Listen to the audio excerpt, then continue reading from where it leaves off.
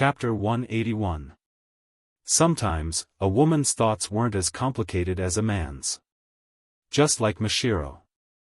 In fact, she didn't need any verbal guidance or spiritual encouragement. As long as you could give her a hug that she could rely on and the right to cry, then women would be so simple. When Mashiro was done crying, she left Nangongja's embrace with red and swollen eyes. Although Mashiro didn't say anything, Nangongja could feel that Mashiro's state was much better than before. I'm going to find Little Linger and Rower. Mashiro seemed to feel embarrassed for being in Nangongja's embrace. She wiped her eyes and wanted to leave for a while to adjust her emotions. Nangongja took off his unfinished clothes and put on his tattered robe. He said to Mashiro, Okay, you can stay here and tidy up. I'll go find Ruru and the others." Before Mashiro could respond, Nangongja had already disappeared. Mashiro took a few steps forward and picked up Nangongja's unfinished clothes. Nobody knew what she was thinking. Little Linger had Nangongja's imprint on her, so it wasn't difficult to find her. Nangongja quickly sensed and headed towards Nangong Ro's direction. "Awoo. I'm Lionheart King Arthur. You can't treat me like a dog." Before he arrived, Nangongja heard Arthur Jr.'s voice. Back then, in order to get Xiaoling to take the initiative to go to the Lion Clan's alternate space, Nangongja had ruthlessly sold off the little lion. Who would have thought that little Arthur would still be treated like a puppy? Really? Nangongja could only light a candle for Arthur in his heart. "Arthur, what do you think this is?" Xiaoling's voice sounded. Nangongja was already close to them, so he could vaguely see Xiaoling's figure. Little Linger didn't seem to care about the lion's protest. She smiled and waved something in her hand. If Nangongja wasn't wrong, that was a bone. It must be a piece of bone. Arthur seemed to be attracted by the bone in Little Linger's hand. He stared at the bone in Little Linger's hand and even swallowed his saliva.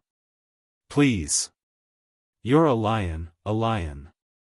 Why do you look like you can't walk when you see a bone? You're being treated like a dog. Do you have any complaints? Isn't this all your own fault?" Pau Little Linger threw the bone in her hand, and Arthur chased after her excitedly.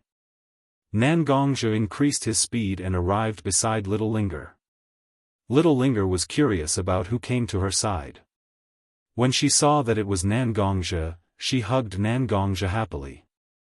"Ah! Brother Nangong. You're back. Little Linger missed you so much."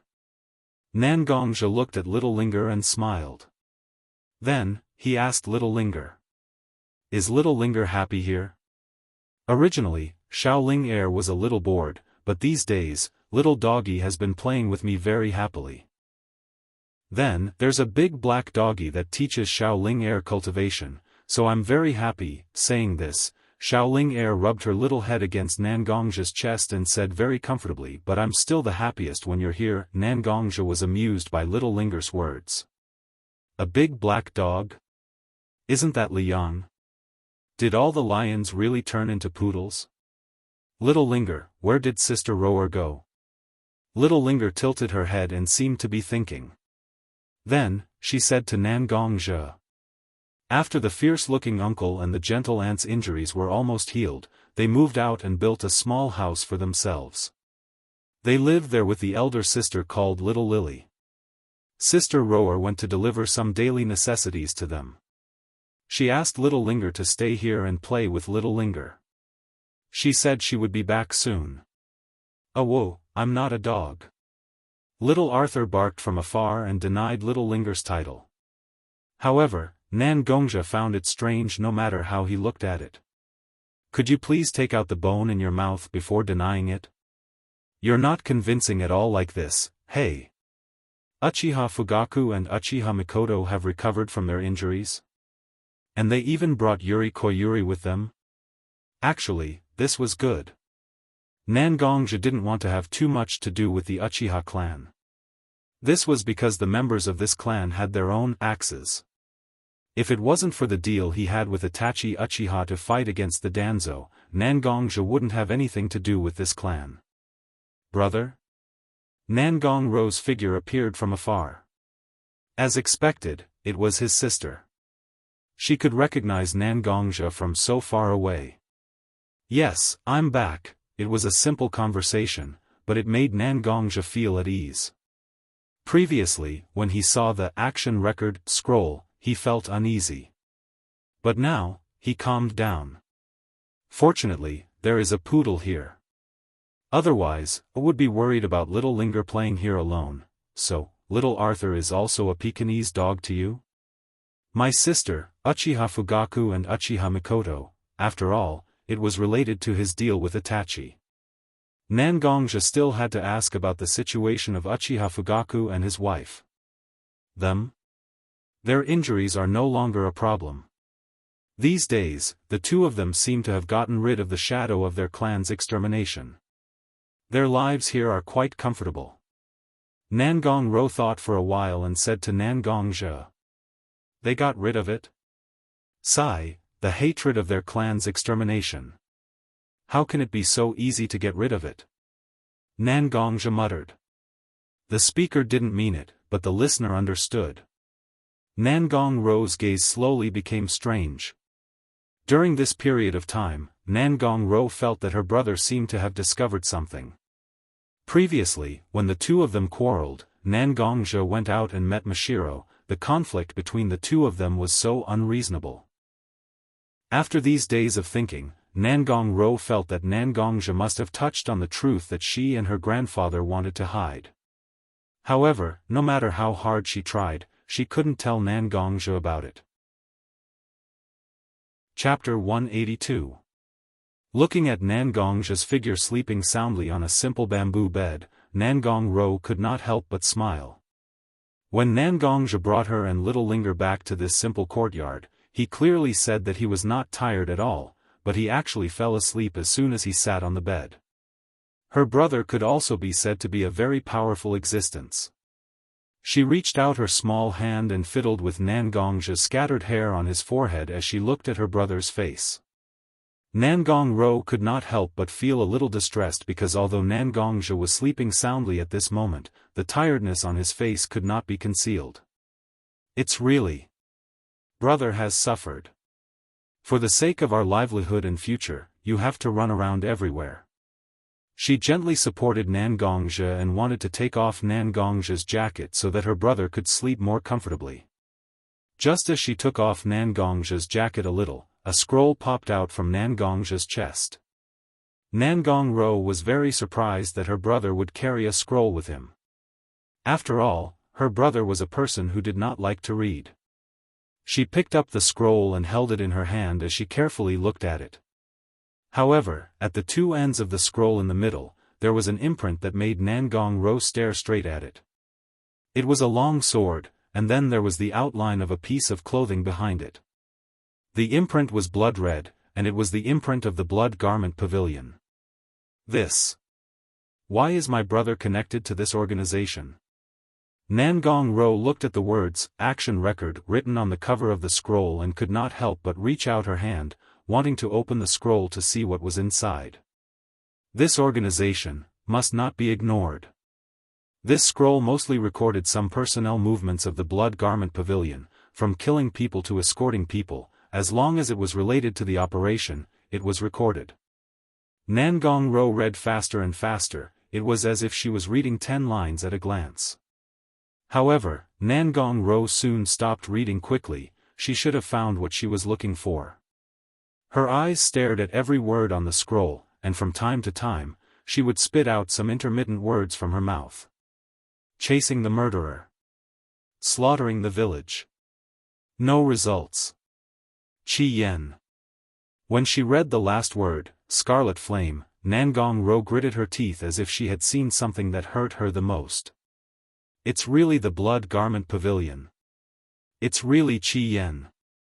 Grandfather's speculation was right. Although they were all ninjas, the leader was not a ninja. Instead, it was a cultivator who cultivated internal strength like us. Was it just for the Calamity Sword? As she spoke, Nangong Ro looked at the sword that Nangongzhe put on the table, the Calamity Sword. Originally, Nangong Ro was taking off Nangongzhe's coat. She had only taken off half of it when she saw the scroll. Thus, she forgot that her brother was still in an extremely uncomfortable position. No matter how tired Nangongzhe was, he could not sleep at this moment. He could only let out 2 coughs instinctively, allowing Nangong Ro to leave her world. Ruru. Is there a problem with this scroll? Seeing that his sister's state was obviously not right, Nangongzhe asked. Brother. Where did you get this scroll? Nangong Ro did not answer Nangongzhe's question, but instead asked Nangongzhe. Oh, right. I was afraid that you would be worried before, so I didn't tell you.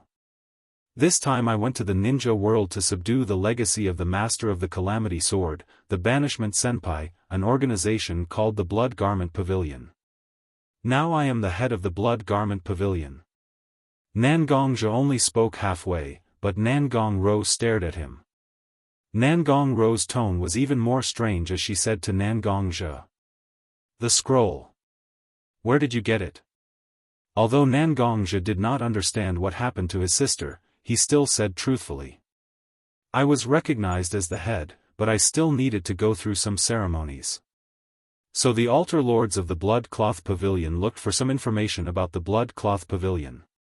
But at that time, the Blood Cloth Pavilion's 5 elemental altars Jade Water Altar Lord secretly put this scroll in my hands.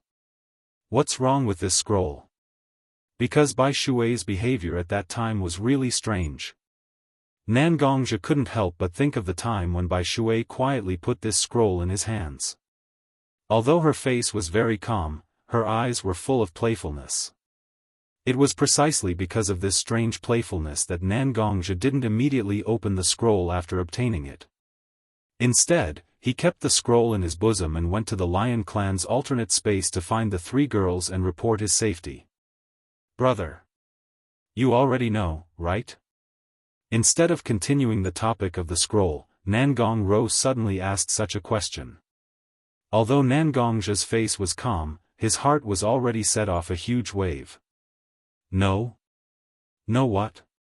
Is it about the scroll, or about, I don't know what you're talking about. No what? Ruru, is there something you're hiding from your brother? Nangongzhe didn't know why he said such a thing, but Nangongzhe instinctively wanted to avoid this topic. In the Water Dragon Arch, after the truth was exposed, Nangong Ro's appearance was so clear in Nangongzhe's mind. Nangongzhe was very afraid that everything would become the same as in the illusion. Brother. You're not the only one who knows how strong Grandpa's seal is, I know it very well too. Even though Grandpa sacrificed his life, at that time, he was already close to the end of his life. A seal is, after all, a dead thing. It can work for a while, but it doesn't mean it can work for a lifetime, right? Nangong Ro knew very well that at this time, her brother's strength had far surpassed her grandpa's peak strength.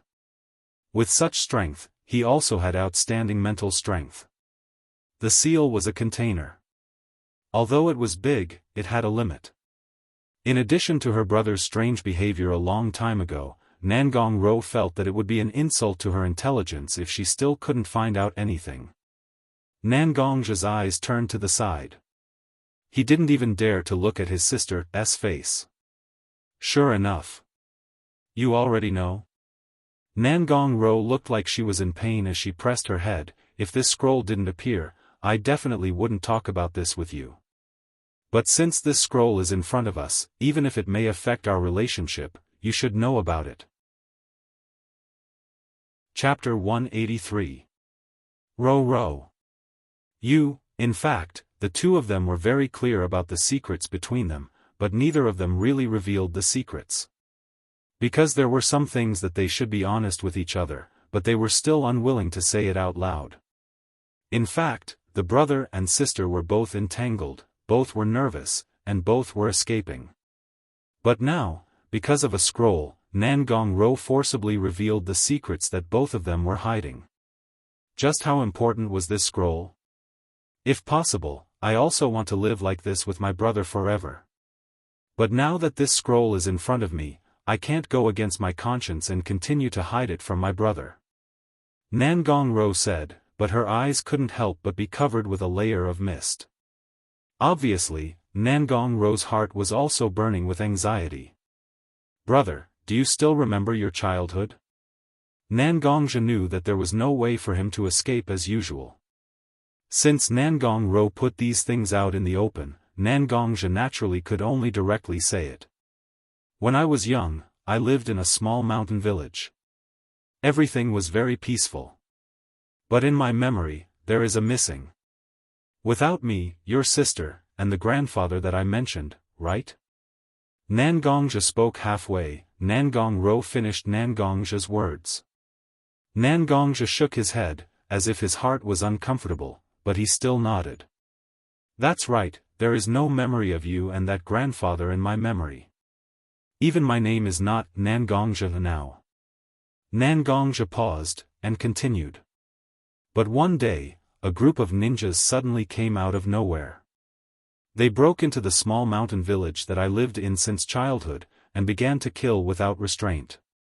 They could spit fire from their mouths, and they could make the earth collapse. At that time, I was young, and I didn't know who they were, but now I am very familiar with them. They are the most powerful people in this world. Ninjas. My memory is very vague, but I still remember that I was stuffed into a relatively secret cellar by my mother. I don't know how long it took, but the cellar collapsed. I was buried inside, and the will to survive made me dig a cave to the surface. But my body was also seriously injured because of the collapse of the cellar and various other reasons. I kept walking away from the village with my will, and then I fainted because of my injuries. But I faintly saw two people. Nangongja said, and looked at Nangong. You met me and my grandfather. At that time, your injuries were very serious. In order to save you and allow me to survive in this shinobi world, Grandpa used his own life to seal your memory. He transferred his internal energy to your body, and left you this Heaven's Retribution Sword. Nangong glanced at the Heaven's Retribution Sword, and said along with Nangongja's words. Oni-san, have you tried to find out who destroyed your village, and destroyed your peaceful life? Nangongja shook his head. My memory is very vague, and those ninjas who attacked my village didn't have any marks on their bodies that could identify their identity. Even if it was ninjutsu, it was some of the most widely spread ninjutsu in the world of ninja. Although I also want to investigate where these people are, there is no clue at all. Nangong looked at her brother, and it seemed that there was some struggle in her eyes. With Oni-san's intelligence, you should have already guessed that these ninjas came to the small village that Oni-san lived in order to hunt me and my grandfather, right? Nangongja nodded. Indeed, Nangongja's village was very ordinary. There was nothing that could make the ninjas who stood at the top of the ninja world to come here and kill people. They are here to snatch this Heaven's Retribution Sword. Nangong looked at the Heaven's Retribution Sword, and her voice became a little hoarse. Obviously, she was suppressing her excitement. Heaven's Retribution Sword? Although the Heaven's Retribution Sword is indeed a divine weapon, it doesn't have any significant effect on ninjas. It's not a weapon that can enhance chakra, so it's impossible for ninjas to fight for it so fiercely. Unless... Yes, the ones who really want to fight for this Heaven's Retribution Sword are actually a group of people who cultivate internal energy. I think Oni-san should already know the various secrets of the Heaven's Retribution Sword, right? Nangong looked at her brother. Although it was a question, she was very certain. The creator of the Blood Cloth Pavilion, the legend of internal energy cultivators, the Sword of the Banishment. Yes, it's the Blood Cloth Pavilion. Nangong nodded. As a large organization, it has always been jointly led by several altar masters. How many people are willing to share the power in their hands with others? Every generation of 5 elemental sanctum master wanted to become the true leader of the Blood Garment Pavilion. They want to make the Blood Cloth Pavilion their own say. But no one has succeeded in becoming the head of the blood cloth pavilion. Yes, there has always been no one. So many people cast their eyes on the heaven's retribution sword, which is said to be the symbol of succession. Nangong Ro said the truth clearly. What are ninjas? They are powerful mercenaries. As long as you have money, they don't mind killing people for you and robbing things for you. Killing people? Slaughtering villages? That wasn't a difficult thing to do. Those ninjas were all hired by the blood cloth pavilion? Nangong's eyes were filled with murderous intent. He thought that the blood cloth pavilion was the legacy left to him by the ancestors of the banishment, but he did not expect that the blood cloth pavilion was also a Yama's invitation to his peaceful life since childhood. In this scroll, there is a record of my transfer and the operation of hiring ninjas. Who was the leader? Nangongja asked anxiously. Qi Yen. Qi Yen, altar master, Qi Yen. Nangongja's mind suddenly flashed with the image of an extremely rough and reckless man. However, Nangongja thought of another thing. Why did Bai Shui give this record to me? As a large organization, there must be more than one scroll of records of their operations. Yet, Bai Shui had handed this record to me so accurately. Bai Shui is the altar master in charge of intelligence, assassination, and infiltration of the blood cloth pavilion. Only the altar master of Bai Shui and the blood cloth pavilion's head can see these records. Why did Bai Shui show this record to me? Chapter 184. Looking at her brother, looking down and pondering, Nangong Ro also felt a little strange for a while. Originally, she thought that after she revealed the things that both of them had been avoiding without any concealment, the relationship between the two of them would definitely change. Even if she didn't say ruthless words like cutting off all ties with him, there would always be something in her heart. But her brother didn't feel anything strange at all, and now he even began to think about deeper things about this scroll. Should Nangong Ro say that he is indeed worthy of being her brother?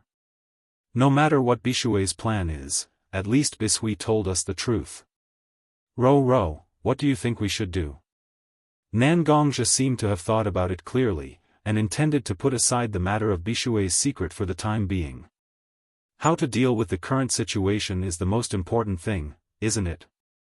Brother, although the Blood Robe Pavilion is not famous in the ninja world, it is undeniable that the Blood Robe Pavilion is indeed a powerful force. The 5 altar lords of the Blood Robe Pavilion, no matter where in the ninja world, they can easily become a powerful existence. The ninja world has never been a peaceful place, since there is such a large force in our hands, we naturally can't let it go easily. After taking the action record from Nangongja's hand, Nangong Ro shook the scroll and threw it into the air, and with a wave of her small hand, although weaker than Nangongja's internal force, it was still very majestic, gushing out from Nangong Ro's hand. In the blink of an eye, the scroll was torn into pieces and drifted in the air.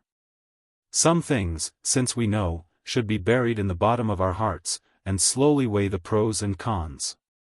The dead are gone, and we do have the obligation to avenge them, but we also have the premise of ensuring our own lives. Looking at Nangong Ro's inner strength, Nangongja was momentarily stunned. When they were young, Nangong Ro had told him that she didn't have the potential to cultivate internal energy. That was why when Nangongja joined Wood Leaf, he sent Nangong Ro to Kiba Ninja School. He never thought that his sister would have such strong internal energy. Not to mention how much strength Nangong Ro could exert in a real battle, just her vigorous internal force was enough to wrestle with a jonin among the ninjas. Your inner strength. Although Nangongja didn't want to ask his sister how she cultivated her internal energy, he couldn't help but ask. One must know that internal energy and chakra were not compatible. Internal energy was cultivated by tapping into one's potential and absorbing the energy in the air. Chakra was cultivated by refining the spiritual energy in one's body and the body's potential. Although there was a slight connection, it was impossible to cultivate them at the same time. If his sister really cultivated internal energy and chakra, then it was no different from planting a bomb in his body that could explode at any time. He. Brother, I've never cultivated chakra before. Nangong Ro's mouth had a sly smile, like a child who quietly stole a candy, with a bit of innocence and cuteness. Then what's with your medical ninjutsu? Even strong people like 3 Generations and Tsunade Haim didn't notice anything strange?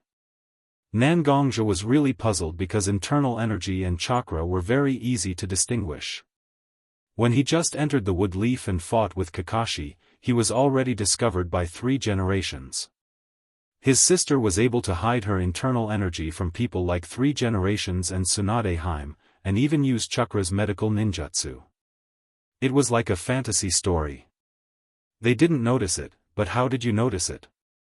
Nangong Ro stood on her tiptoes, stretched out a finger and poked Nangongja's forehead, as if she felt that her brother's brain was really not that bright. Nangongja just remembered that he didn't notice it at all. Compared to Tsunade Haim and 3 Generations, he was the one who spent most of his time with his sister. My physique is quite special. Even if I practice internal energy, as long as I want to, I can hide it in my body. Even if I use internal energy, it won't send out a trace of internal energy fluctuations to the outside world. As for medical ninjutsu, although internal energy and chakra are indeed different, in fact, almost all medical ninjutsu use chakra as an auxiliary means to stimulate the body. Moreover, compared to chakra, which is a relatively violent energy, internal energy is more gentle because it is mixed with the free energy of heaven and earth. Practicing medical ninjutsu is more convenient. Nangong Ro looked at her brother with a smile on her face. If you say so, it's really like that. Nangongja scratched his head a little awkwardly. He almost only practiced internal energy and swordsmanship. After knowing that he couldn't practice chakra, Nangongja didn't put much thought into chakra and ninjutsu. Naturally, there was no way for him to know these things. Okay, let's stop talking about internal energy. Let's talk about business. Nangong Ro didn't seem to want to talk too much about her own cultivation. She pulled Nangongja back to the topic of how to deal with the Blood Cloak Pavilion. Nangongja shook his head. Since his sister didn't want to be entangled with him too much on this topic, Nangongja would follow his sister's wishes. After the two of them openly revealed the truth that they had hidden together, whether it was Nangongja or Nangong Ro, both of them felt that a big stone had been lifted from their hearts. At this moment, the two of them were very relaxed, and even their thoughts became very smooth. Since we have to control the Blood Cloak Pavilion and get rid of our enemies at the same time, we must not be too hasty. Otherwise, not only will we lose the Blood Cloak Pavilion, but there will also be a lot of unnecessary disputes. Nangongja thought carefully and then said, in fact, we don't need to treat the entire Blood Cloak Pavilion as our enemy. Although I only stayed in the Blood Cloak Pavilion for a short period of time, the 5 Altar Masters are not really that united. Since there are people who want to seize the Heaven's Calamity Sword, there will naturally be people who are more loyal to me, the Master of the Heaven's Calamity Sword. What we need to do is actually very simple. Draw in the forces that can be drawn in and separate the forces of our enemies. As long as we have enough strength, we will even have a righteous name. Everything will be easy. Taking in the Blood Cloak Pavilion and getting rid of our enemies might be complementary things. Chapter 185. Brother Nangong, Sister Roar. Sister Mashiro has already finished cooking. If you don't go now, Little Linger will finish it all. Just as Nangongja and Nangong Ro were about to continue discussing the various matters regarding the Blood Clothing Pavilion, Little Linger's small head poked out from the crack in the door. Her expression was somewhat unbearable, as if she really wanted to eat. Seeing Little Linger's delicate appearance, Nangongja and Nangong Ro looked at each other and smiled. The two of them were scheming back and forth, but this Little Linger became like this because of a meal. It was truly laughable. Nangongja walked to Little Linger's side, stretched out his hand, and gently pulled Little Linger's chubby face, and said to Little Linger with a bit of banter, "Then we'll be in trouble." Once little gluttonous kitten opens her mouth, there will be nothing left for us to eat. Then Nangongja looked back at Nangong Ro and said with a smile, let's go eat? Seeing that little Linger is starving, we can slowly think of a countermeasure. If little Linger is starving, then we'll really be sinful. Nangong Ro also smiled, nodded, and walked to Nangongja's side. Humph, brother Nangong is bad. He said little Linger is a little gluttonous kitten. You two were clearly in the room, so why did you keep chatting like this? Sister Mashiro insisted on waiting for the two of you to arrive before we can eat. Little Linger was already starving, so she came to call you. Little Linger pouted her little mouth, as if she was very dissatisfied with Nangongja calling her a little greedy cat. She complained about Nangong and his sister. Okay. It's brother Nangong's fault. Brother Nangong shouldn't have called little Linger a little greedy cat. It's brother Nangong's fault. Nangongja squatted down so that he could look into little Linger's eyes. Then, he admitted defeat to little Linger. That's how it is. How can little Linger be a greedy little kitten? Before little Linger could finish her words, Nangongja had already walked past little Linger and out of the door, leaving only his voice echoing in the air. Yes. Isn't that so? Little Linger has never been a greedy little kitten. She's clearly a big greedy kitten. Brother Nangong, stop right there. After hearing Nangongja's words, little Linger ran towards Nangongja with her pair of short legs. She bared her fangs and brandished her claws, obviously wanting to make her brother Nangong suffer and force him to change his words. Brother, you're already an adult, but you're still acting like a child. Looking at little Linger playing with Nangongja and little Linger who was choked by Nangongja, Nangong Ro laughed very happily. There was not a trace of the calm and serious appearance that she had when she was explaining the truth and discussing strategies with Nangongja. A smile bloomed on her face, as if warm sunlight suddenly fell on a snowy mountain that never melted all year round, and the ice and snow silently melted just like that. Her brother was still her brother after all. Time passed quickly, and Nangongja had already been in the lion tribe's alternate dimension for nearly a month. Nangongja estimated that many of the middle-level and high-level cadres of the Blood Cloak Pavilion should have already arrived, so he left the lion tribe's alternate dimension under the gazes of the three girls. This time, when everything was settled, Nangongja would definitely bring his sister, Mashiro, and little Linger out of the lion tribe's alternate dimension. Nangongja did not have the heart to let them stay in the lion tribe's alternate dimension without any trace of human habitation. Looking at the symbol of the Blood Cloak Pavilion, the senior banishment's blood cloak, Nangongja picked it up and held it in his arm. He then pushed open the door of the chief's office and walked out. After taking a few steps, Nangongja had already met Elder Qingmu, the altar master of the Greenwood altar, who was in charge of logistics. Chief. When he saw Nangongja, Qingmu solemnly bowed to Nangongja. Altar Master Qingmu, there's no need to be so formal. After all, I haven't officially completed the ceremony to succeed the chief of the Blood Cloak Pavilion, so it's better not to be so formal. Nangongja looked at Qingmu and smiled very gently. It's just a ceremony. Chief, it's only a matter of time before you become the leader of the Blood Cloak Pavilion. Since that's the case, there's no need to be so formal. Qingmu didn't listen to Nangongja's words. He was still very strict with his etiquette. Nangongja did not want to be too entangled with Qingmu on such trivial matters. Since Qingmu insisted on bowing, Nangongja did not need to stop him. How's the preparation for the ceremony going? Nangongja asked the question he was most concerned about. The preparation work is basically completed. All the middle-level and high-level cadres have also gathered. If there are no accidents, the ceremony will be held tomorrow. Qingmu naturally did not need to hide such a serious matter, so he truthfully reported to Nangongja. Thank you for your hard work, Altar Master Qingmu. The ceremony is very important. Please take care of it, Altar Master Qingmu. Nangongzhi bowed slightly to Qingmu. There's no need for that, chief. This is what I should do. Qingmu slightly pushed aside, and a disciple in Qingmu's uniform came to his side. He whispered a few words in Qingmu's ear and turned to leave.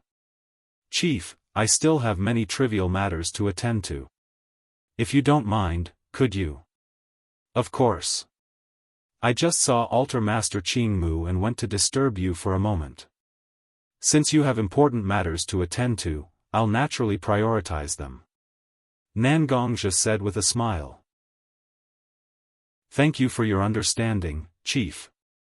I'll take my leave now. Go ahead, Altar Master Qingmu. The conversation between the two ended. Qingmu also turned and left, leaving Nangongzhi standing in the same place. His eyes were empty, and there were many thoughts running through his mind. Among the 5 elements Altar Masters, Altar Master Qingmu was the oldest. He wondered what his position was in the various matters. Although the conversation earlier was very casual, Nangongzhi still felt that even old man Qingmu, who was the closest to him, was not willing to become someone else's subordinate.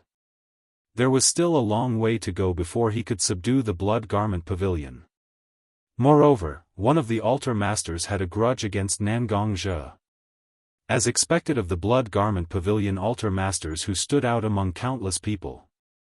None of the 5 Blood Garment Pavilion altar masters were easy to deal with. Is Qi Yan really my enemy? Did Bai Shui really just give me a piece of information? Nangongzhi still needed to investigate everything. When he thought of this, Nangongzhi instantly felt a headache coming on. Chapter 186. Time always passed very quickly, not to mention that it was only a day. When Nangongzhi woke up from his bed, the morning sun was already shining through the window. After washing up and putting on his clothes, Nangongzhi opened the door to his room. The headquarters of the Blood Garment Pavilion was located on top of a mountain. Coupled with the fact that it was surrounded by woods, the weather was even colder. A few wisps of white mist lingered in the tall attic that had not been dispersed by the sun, making everything look peaceful and comfortable. On the contrary, many of the disciples of the Greenwood altar of the Blood Garment Pavilion were extremely busy. Some were busy sweeping the floor, some were carrying food to some unknown place, and of course, most of them were hanging decorations everywhere. Whether it was the hedge or the lawn, they all looked like they had been meticulously built. Your Excellency, Nangongzhi was lost in thought as he watched the busy disciples. Suddenly, a person bent over to Nangongzhi's side and called out to Nangongzhi.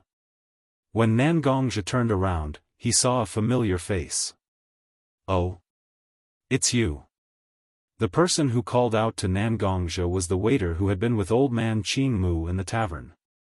Altar leader Qingmu asked me to guard your room. If you wake up, I'll come to your side and be your guide. Thank you, altar leader Qingmu. There are still many roads in the Blood Garment Pavilion that I don't know. If you can be my guide, it'll naturally save me a lot of trouble. Nangongzhi smiled. Obviously, he felt that it was not bad to have such an acquaintance guide him. In that case, please follow me. Don't forget to bring the symbol of the Blood Garment Pavilion, the blood garment. We'll have to use this dress for the succession ceremony later. The waiter looked around Nangongzhi and realized that Nangongzhi did not bring the blood garment, so he reminded him. Thank you for reminding me. I really didn't bring my bloody clothes with me. Nangongzhi patted his head as if he had forgotten about this matter. He quickly ran to his room and picked up the neatly folded bloody clothes. At this time, the servant also handed over a small box with exquisite workmanship. The blood robe is the symbol of our blood robe pavilion after all.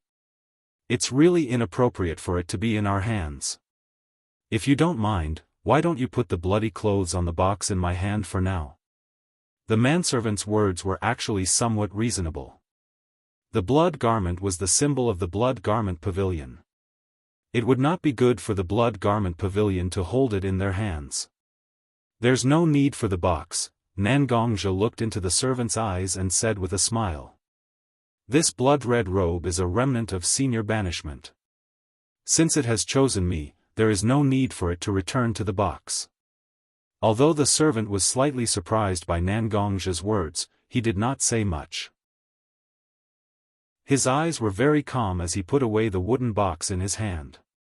Without waiting for the servant to continue speaking, Nangongzhe turned over the bloody clothes in his hand and directly put it on his body. "Let's go." Looking at the servant, Nangongzhe suddenly said such a sentence, then without paying attention to the servant's reaction, he took the lead and walked away. "Oh, isn't that the bloody clothes enshrined in the main hall? Is this the new head of our blood garment pavilion? He looks so young." "Don't talk nonsense. Don't look at his young age. He is very famous in the ninja world. Some people call him Yama. How much strength can such a kid have?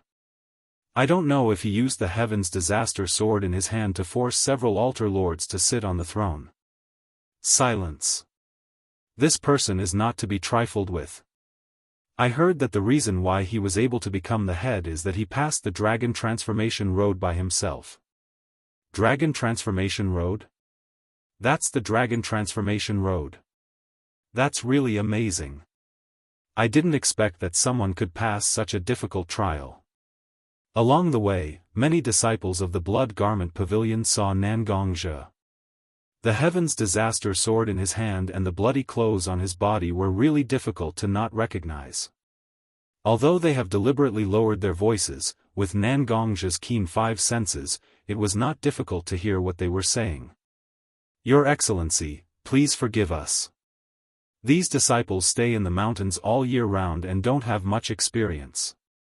Please don't be angry with them because of these things."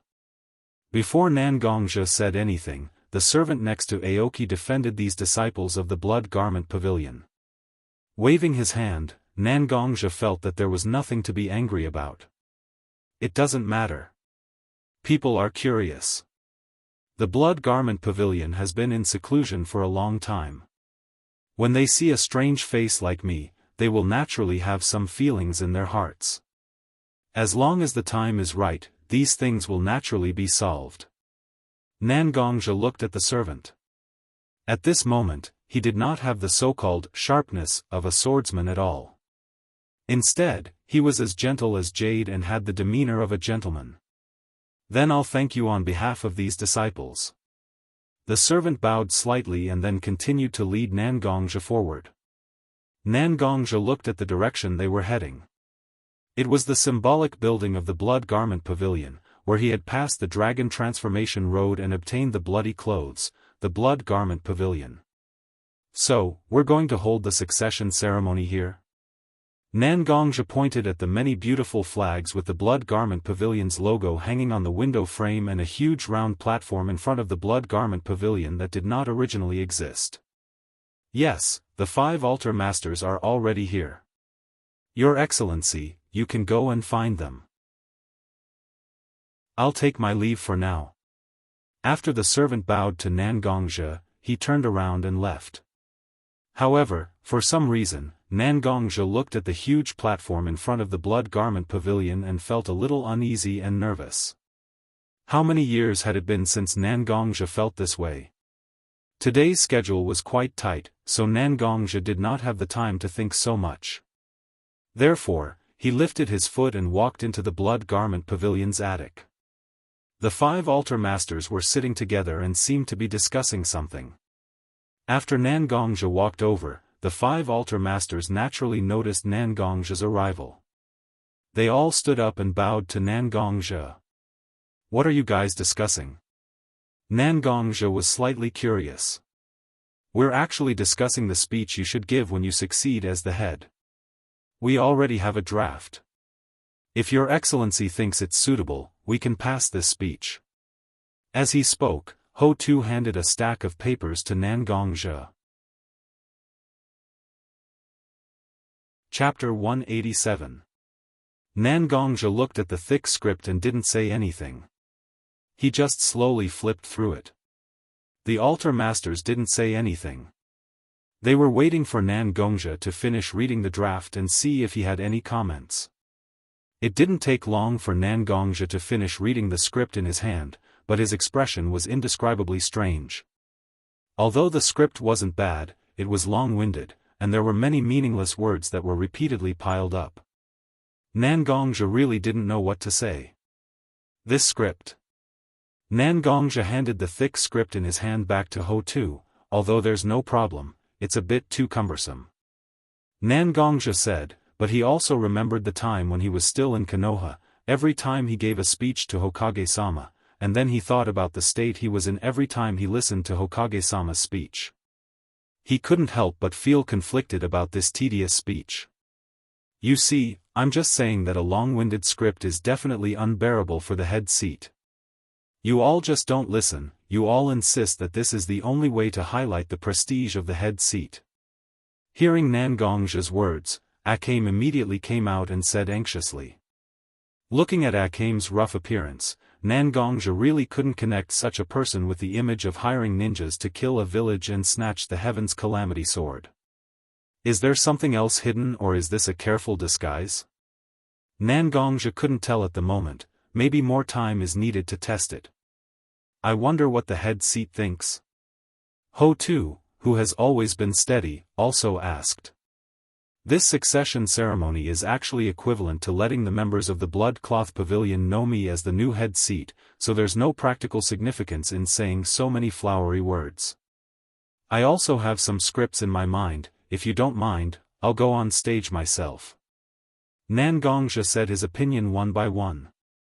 Head seat, although the succession ceremony is an internal event, it is also extremely important. It's not that I don't believe you, but there should be no loopholes in the speech. Aoki suddenly said. Of course, I will definitely not let you down. The Blood Cloth Pavilion is not only your Blood Cloth Pavilion, but also mine, Nangongja's Blood Cloth Pavilion. Hearing Nangongja say this, the altar masters had nothing to say. They all saluted Nangongja, then went out one by one to supervise the layout of the venue. Only Nangongja remained, watching the Blood Garment Pavilion's disciples busying themselves with the ceremony. No one knew what he was thinking. Not long after that, it was already late, the Blood's Pavilion's SSSSSSSST. Nangongja didn't show up, he just stayed inside the attic. Many people took their seats, and the 5 altar masters of the 5 elements altar were already standing on the round platform that Nangongja had been looking at for a long time. The oldest, Aoki, took a step forward, then gathered his internal strength and spoke. Thank you for putting down your many things and coming to the headquarters of the Blood Cloth Pavilion. Aoki's slightly old voice became extremely loud under the influence of his internal strength. Even Nangongja, who was inside the attic, could hear it clearly. My Blood Cloth Pavilion has always existed as a hidden force in the ninja world. We have never fought for hegemony or bullied the weak. We are just like the beginning, an organization established by a group of internal strength cultivators for self-protection. All our actions are carried out for self-protection. This has always been our purpose. However, the Blood Cloth Pavilion has always been incomplete. After the death of Banishment Senpai, the head of the Blood Cloth Pavilion has been vacant. Banishment Senpai left the 9-dragon painting wall for us, and the path of dragonization is the only test to succeed the head of the Blood Cloth Pavilion. However, none of us unfilial descendants were able to successfully pass through these checkpoints. It really makes one sigh endlessly. However, today is different from the past. In the past, our Blood Cloak Pavilion could live in the isolated world of shinobi and protect ourselves from the flames of war. But now, the ninja world is becoming more and more confusing, and some of the information from Aquamarine Altar is enough to prove that there is an undercurrent in the ninja world. Until 1 month ago, a person came to our Blood Cloth Pavilion with the sword of Banishment Senpai. It was he who passed the path of dragonization with his own strength and got the recognition of the blood cloth left by Banishment Senpai. So the 5 of us have gathered all of you here to meet the new head of the Blood Cloth Pavilion. After Aoki finished his last sentence, he had already led the 5 altar lords to stand together in 2 rows, and the empty road in the middle was directly facing the door of the Blood Cloth Pavilion. The door, which was still closed, slowly opened at this moment with a somewhat muffled, squeak sound. A person was standing inside the door. The figure was slightly thin and wore a blood-red brocade robe. His black hair was soft and low, almost touching his shoulders. He was holding a very simple-looking black sword in his arms. But these couldn't compare to the eyes of the person. A pair of starry eyes and sharp eyebrows seemed to have endless wisdom and calmness. This person was Nan Gongzhe, who was known as Yama, and was about to become the head of the Blood Cloth Pavilion. There was no applause, no cheers, just the sight of Nan Gongzhe. Silence, but also with an inexplicable power. Stomp, Nan Gongzhe took a step forward, and the sound of his feet hitting the ground was so clear as though it was ringing in everyone's ears. Without stopping, Nan Gongzhe's footsteps did not stop. As the sound of his feet hitting the ground resounded, Nan Gongzhe began to release waves of pressure from his body. In the beginning, the pressure was very weak, just like an ordinary young man who had just cultivated for a few years. However, this pressure wasn't constant. Instead, it was constantly increasing in strength. 1 step, 2 steps, 3 steps, Nan Gongzhe was getting closer to the huge round platform, and the pressure on his body was getting stronger. Gradually, some of the ordinary disciples from the Greenwood altar could not hold on anymore. Their knees kept shaking as though they would immediately kneel on the ground if there was a little external force. Subsequently, it was not just the ordinary disciples from the Greenwood altar, but the middle-level cadres of the Blood Cloth Pavilion who were weaker below the platform also became like the ordinary disciples. Chapter 188. Step by step, step by step, step by step, Nan Gongzhe walked onto the huge platform. Other than the 5 altar lords, everyone else seemed to be suppressed by Nan Gongzhe's power to the point that they could not breathe. The Blood Garment Pavilion was located deep in the mountains, so it was naturally unavoidable for them to hear the chirping of birds and cicadas. However, at this moment, the birds stopped singing, and the insects also stopped making noise. Everyone could clearly hear the sound of their own breathing, their own heartbeat, and the sound of their blood rushing through their veins. Everyone's gaze was focused on this person. It was as if everything was revolving around this person.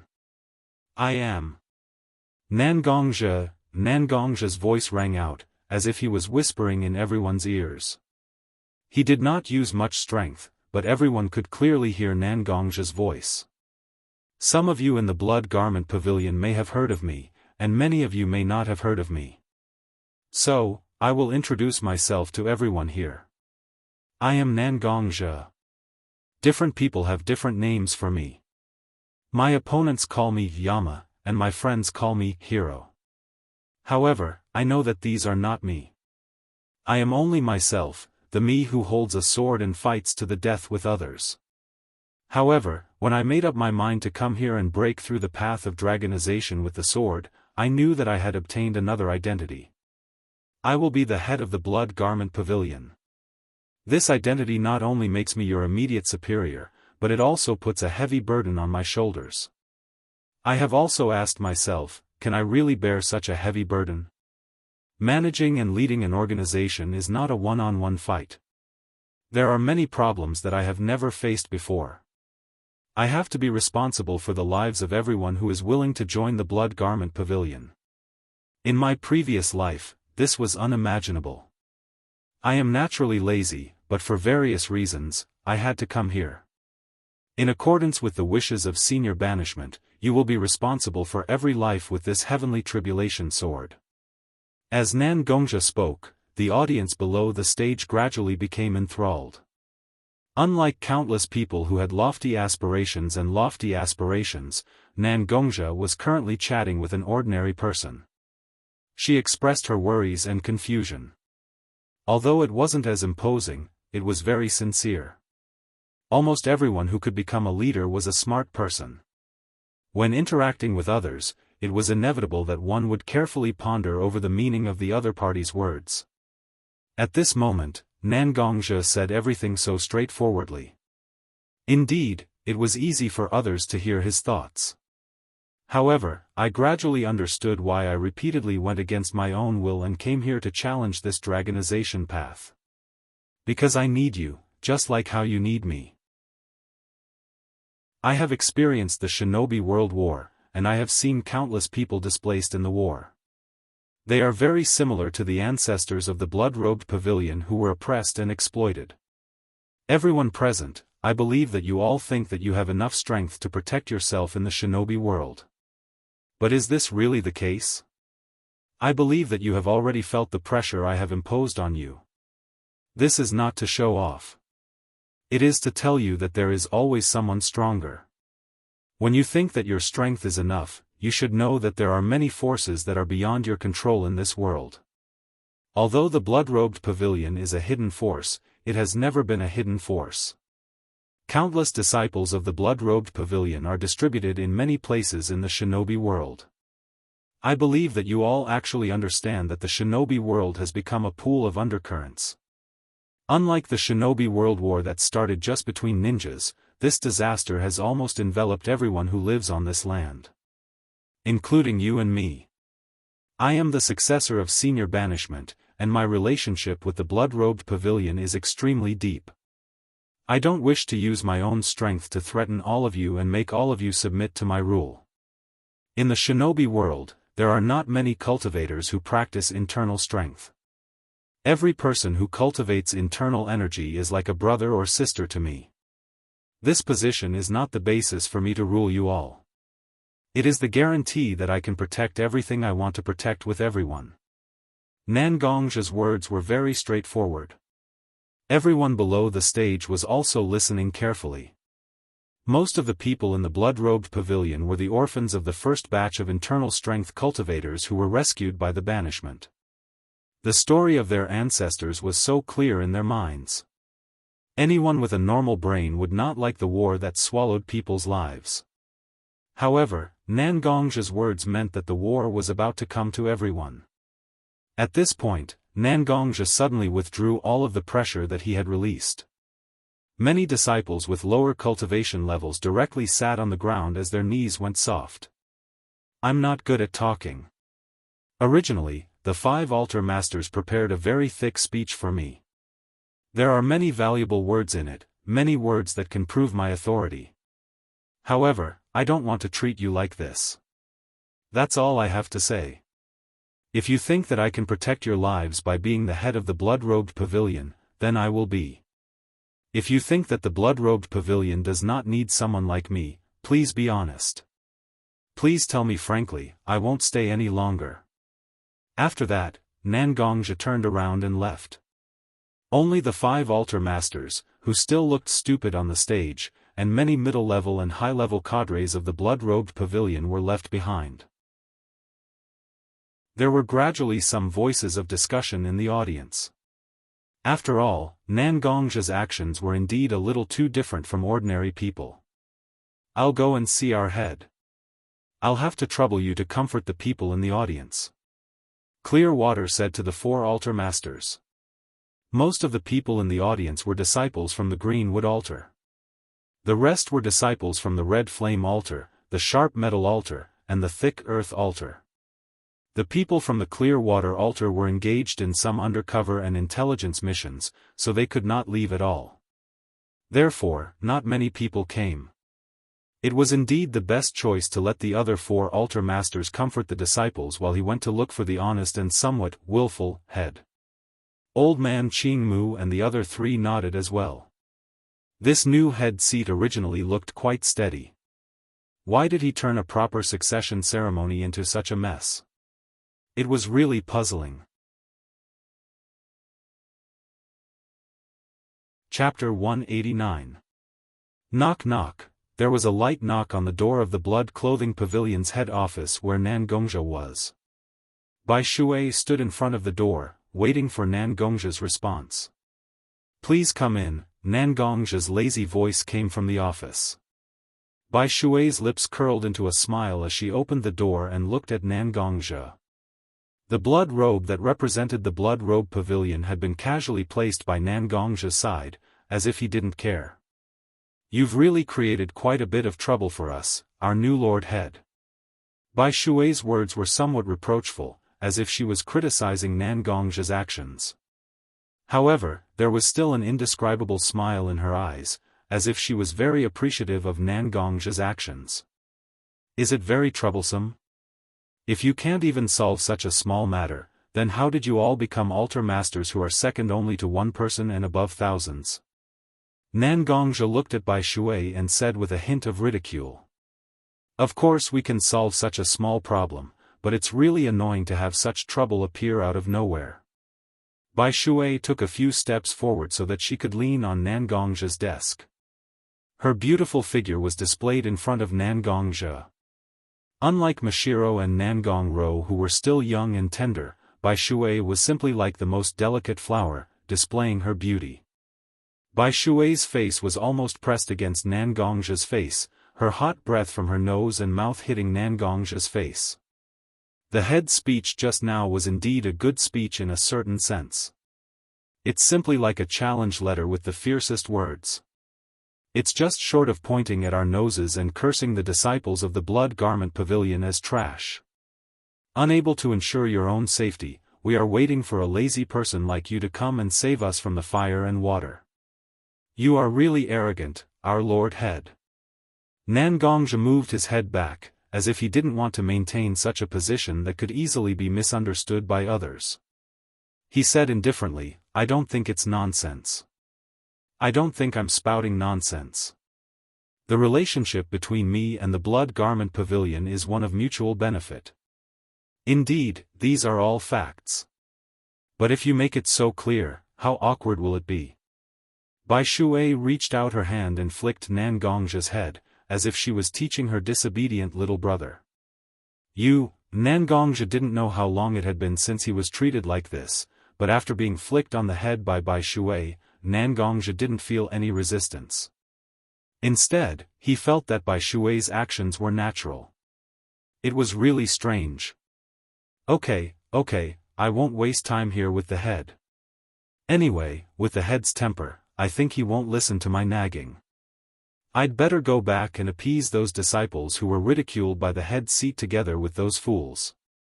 Bai Shui said, no longer leaning on Nan Gongzhi's desk.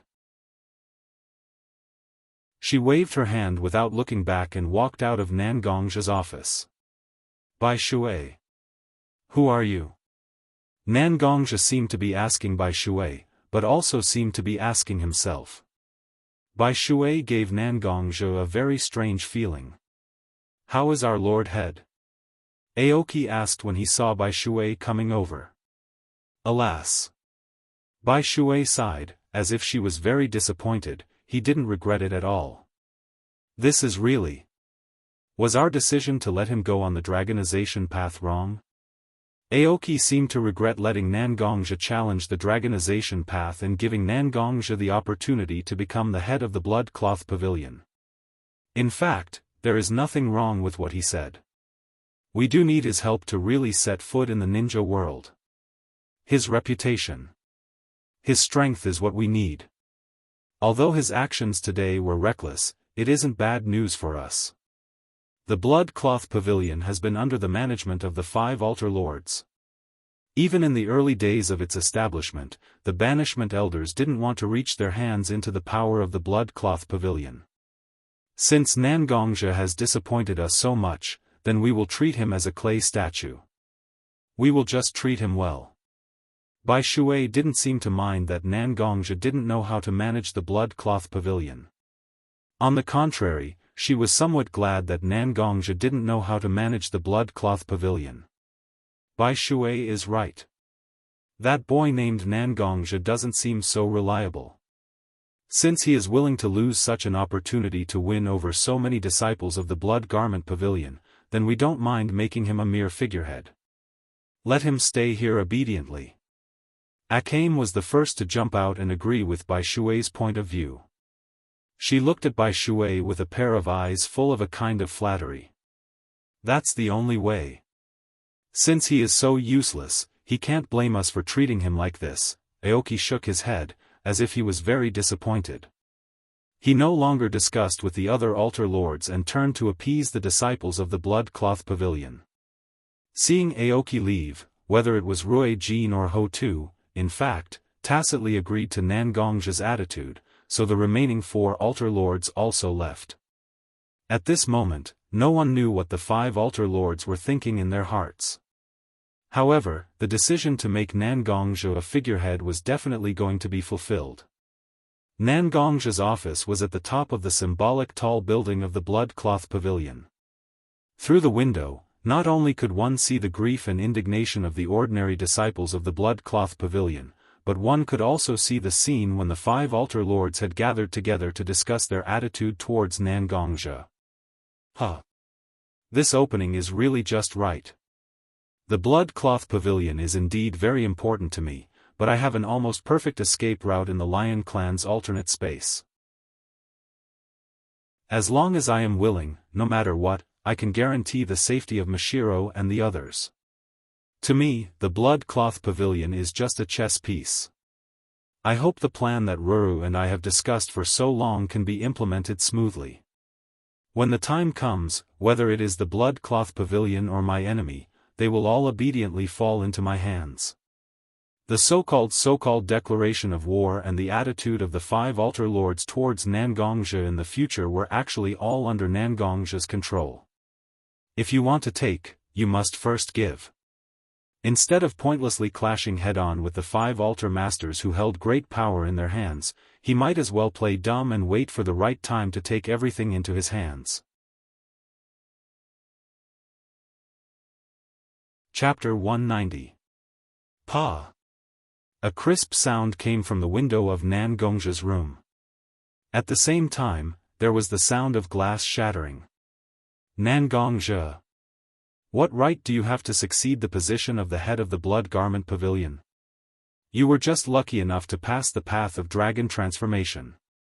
To have the opportunity to become the head of the Blood Garment Pavilion is already a blessing that you have cultivated for many lifetimes. You actually dared to belittle the Blood Garment Pavilion in public, as if you are very unwilling to become our head. Why don't you come out and face your death? A voice came from the broken window. The voice was filled with grief and anger, as if the thing that he cherished the most had been belittled and insulted. This was the norm for the disciples of the blood-cloth pavilion. Almost all of the disciples of the blood-cloth pavilion were the earliest disciples of the blood-cloth pavilion. Their lives began in the blood-cloth pavilion. They grew up in the blood-cloth pavilion, became strong in the blood-cloth pavilion, and cultivated their own temperament and pride in the blood-cloth pavilion. Nangongzhe's ridiculing speech was like a LV max. He slammed the disciples of the blood-cloth pavilion to the ground and even stepped on them a few times. Nangongzhe even felt that this group of people had come a little late. It seemed that the appeasement of the 5 altar masters had a little effect. Looking at the angry disciples of the blood-cloth pavilion standing at the entrance of the courtyard where he lived, and a few of them seemed to have responded to his call to follow behind the disciple, Nangongzhe could not help but feel a little funny. Although these people were about the same age as him, and might even be a little older, they did not seem to have much experience in dealing with people. She didn't know who instigated it, but she stupidly became a target that pushed her and ruined her reputation. Nangongzhe raised his heaven's disaster sword and put the blood-cloth pavilion on his shoulders. Then, he jumped out of the broken window. Originally, when the disciples of the blood-cloak pavilion smashed the windows of Nangongzhe's residence, they were secretly delighted that their prank had succeeded. They were also relieved that Nangongzhe had not come out to look for them. After all, the pressure that Nangongzhe released during the enthronement ceremony was something that everyone could feel. How could such a person be defeated by his disciples?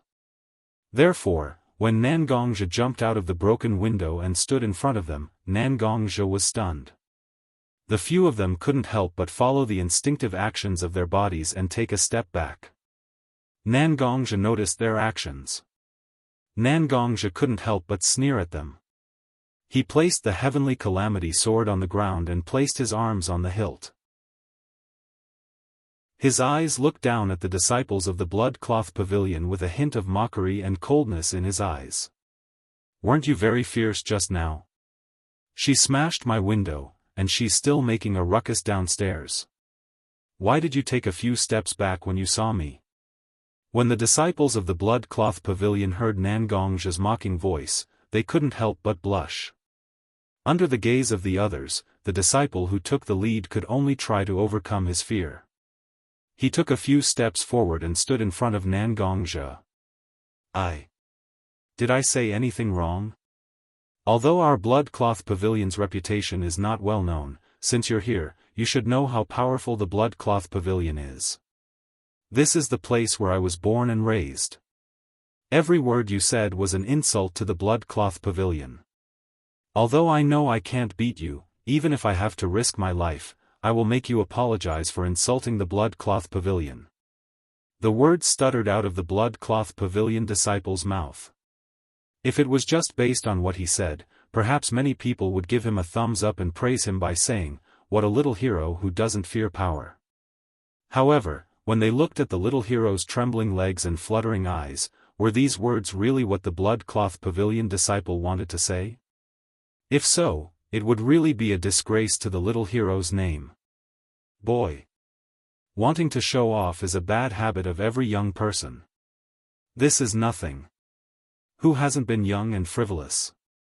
However, to be used by others like a fool, are you really prepared to anger the strong? Nangongzhe's face no longer had the mocking expression from before.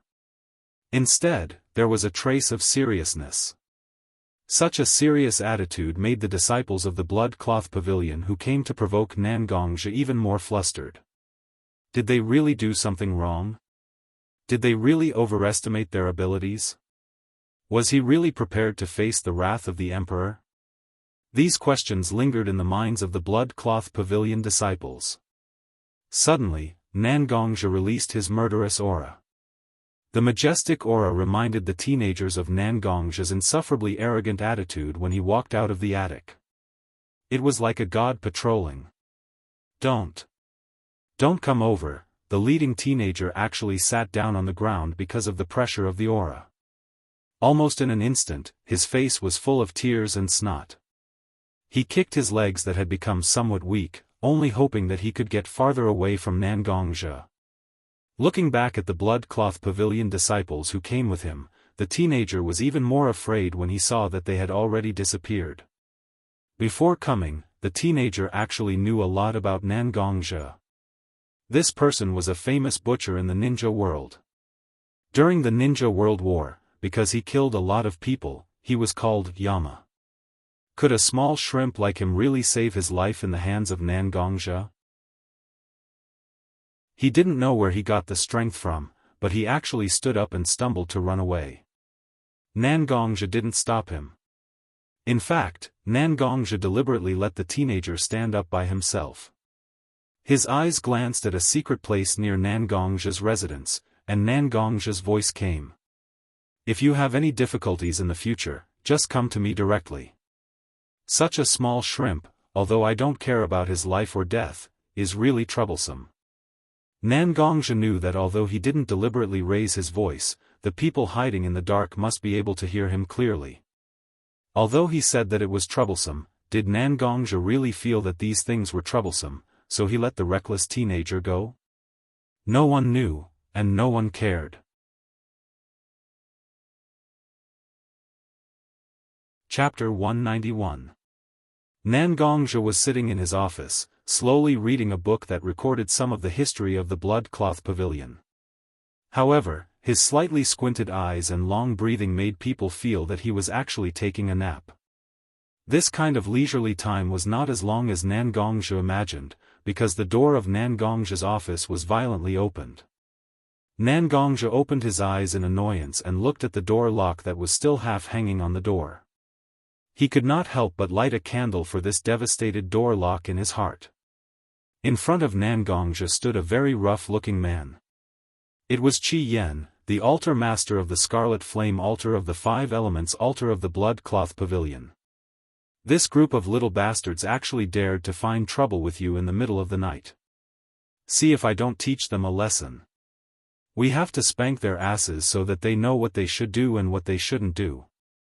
Before Nangongzhe could speak, Qi Yan had already spoken first. It seemed that it was because of the group of blood cloth pavilion disciples who smashed the windows of Nan Gongzhi's residence last night. Qi Yan, why are you so angry? Calm down, calm down. It's just a group of children fooling around. I didn't even take it to heart, so why are you acting like this? It's just a pity that the door lock of my house has been broken into such a state. Nan Gongzhi's words were neither salty nor light, which made Qi Yan a little embarrassed. He scratched his head, looking like a simple and honest person. I was so anxious that I actually broke the door of the head's room. I'll go find someone to fix it. You don't have to worry about it. After saying that, Qi Yan had already walked out of Nan Gongzhi's room. Only the somewhat broken door was left, as if it was still complaining about Qi Yan's atrocities. Qi Yan. Nan Gongzhi laughed for no reason, not knowing if he was laughing at Qi Yan or someone else. After the young bloody garment pavilion disciples smashed Nan Gongzhi's window last night, the 5 altar masters seemed to have strengthened their supervision of the disciples. No one dared to provoke Nan Gongzhi again. Just like that, the days passed peacefully. Nan Gongzhi also gradually participated in the management of the blood garment pavilion. Although it was said that he was involved in the management, it was actually just Nan Gongzhi attending the regular meetings of the altar masters. To the altar masters, it was just another stool at the side of the table. Since the altar masters had already made up their minds to treat Nan Gongzhi like a clay statue, they had to act with an attitude that wouldn't affect anything. The meeting was mainly presided over by Old Man Aoki. Perhaps because of his old age, Old Man Aoki spoke like the 3 generations Hokage of Wood Leaf. Not only Qi Yan, but even Nan Gongzhi was yawning again and again. The Akatsuki organization of the Rain Country has made a commission to our blood garment pavilion. They hope to send a strong person to carry out a mission with them. Qi Yan, Rui Jin, who are you going to send? Old Man Aoki said to Qi Yan and Rui Jin. This mission was obviously a bit difficult. Ordinary blood garment pavilion disciples couldn't carry it out, so Old Man Aoki brought it up at the altar master meeting. Akatsuki organization? Hearing this name, Nan Gongzhi couldn't help but be excited. A long time ago, Nan Gongzhi and Jiraiya went to Mount Mayaboku, one of the 3 holy lands, for various reasons. At that time, Li Yang and Toad Sage had a secret talk for a while. At that time, Li Yang didn't tell Nan Gongzhi the reason, but later, he revealed a little bit of information to Nan Gongzhi. That person called Jiraiya will receive a disciple who will save the shinobi world in the future. That is, the so-called Child of Prophecy. After Nan Gongzhi learned about this, he collected a lot of information about Jiraiya. Originally, the relationship between Nan Gongzhi and Shina Kushina was not bad. When he was entrusted by the 3 generations to take care of Shina Kushina and her son, Nan Gongzhi also got a lot of information about Jiraiya. One of them was that Jiraiya once received 3 disciples in the Rain Country, and these 3 disciples were the founders of the Akatsuki organization. He heard that one of them was killed by the demigod Hanzo the Salamander. Now it seems that 2 former disciples named Nagato and Konan are leading the Akatsuki organization. What's more, Itachi Uchiha, his ally, joined the organization after leaving the Wood Leaf. This really piqued one's interest. Oh? Have you heard of this organization? Aoki saw that Nan Gongzhi actually blurted out the name of the Akatsuki organization, and couldn't help but ask. Indeed, this Akatsuki organization does have a little bit of relationship with me. If you don't mind, let me take care of this Akatsuki organization's commission, right? Nan Gongzhi stood up and said to the other 5 altar lords. Originally, several altar lords have their own affairs, such a commission must be carried out by an altar lord, and it won't be mentioned in the altar lords meeting. Since Nan Gongzhi wants to solve this problem, isn't it just right? No objection, since the seat lord wants to go, then naturally we will give it to the seat lord. Akame was the first to express her opinion, as if she was worried that Nan Gongzhi would go back on his words. Since the seat lord wants to go, then naturally there is no problem. With the seat lord's strength, dealing with such a small task is naturally easy. Bishui also nodded and said to Nan Gongzhe in agreement. Although Rui Jin and Ho Tu didn't speak, they also nodded their heads and agreed with Nan Gongzhe's proposal. Letting Nan Gongzhe go out for a period of time was naturally good for the altar lords. Although they always wanted to treat Nan Gongzhe like a clay sculpture, if Nan Gongzhe's brain cramped and slightly complained about the blood cloth pavilion's disciples, then it really wouldn't be a good thing. If Nan Gongzhe could stay away from the blood cloth pavilion, then it would be even better. In that case, I will trouble the seat lord with this matter. After this meeting, I will have Bai Shui send the detailed information to Sir Head Seat. Aoki saw that several people didn't have any objection, so he made a conclusion. Then they began to talk about other things, but at this moment, Nan Gongzhe's mind had drifted to the Rain Country Akatsuki organization. Although it was inconvenient to communicate with him, Nan Gongzhe still had some information about this organization. It was really interesting.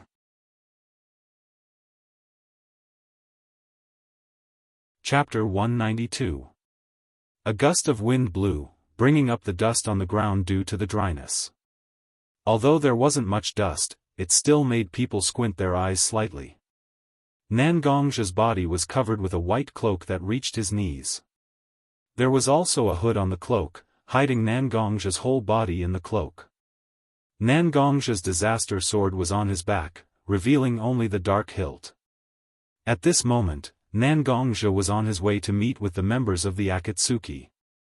He thought that he would go to the Rain Country to meet with the Akatsuki, but he didn't expect that the Akatsuki's designated meeting place would be the Earth Country.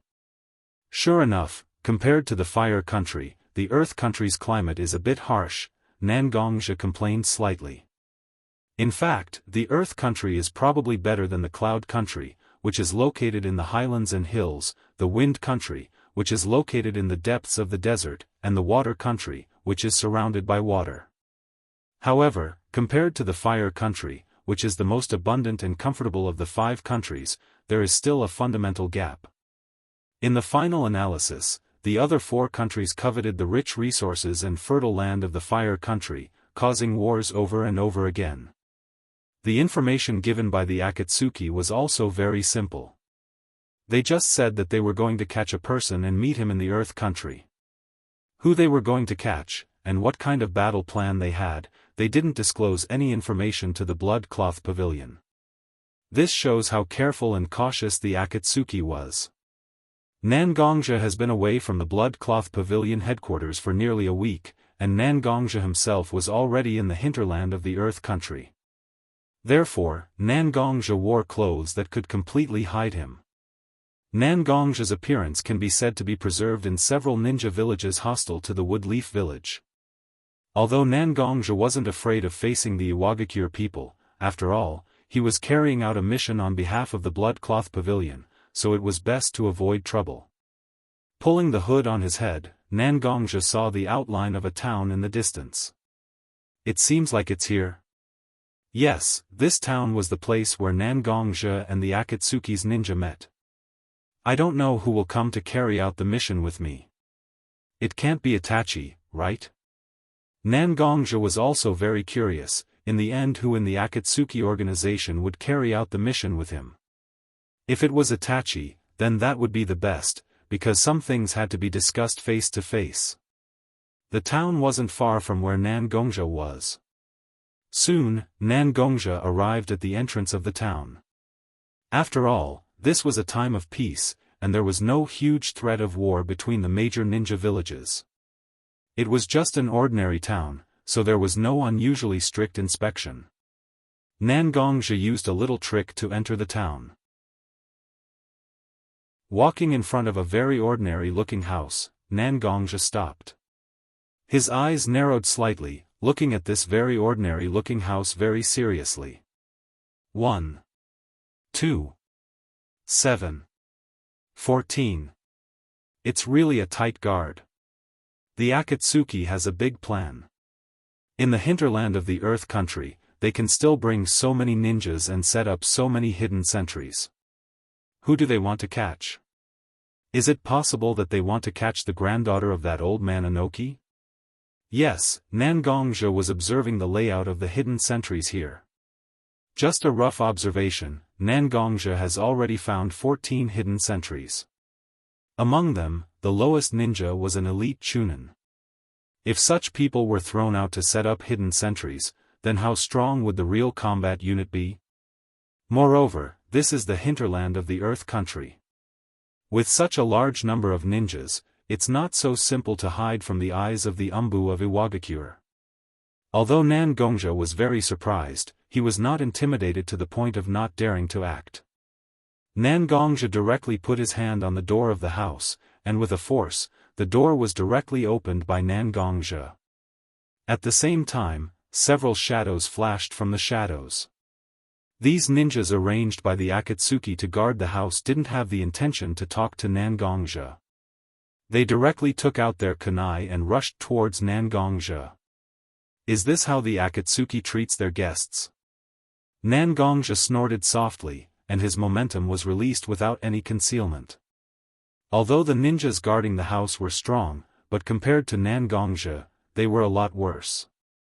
They were directly intimidated by Nangongzhe's momentum, and even their knees began to tremble slightly.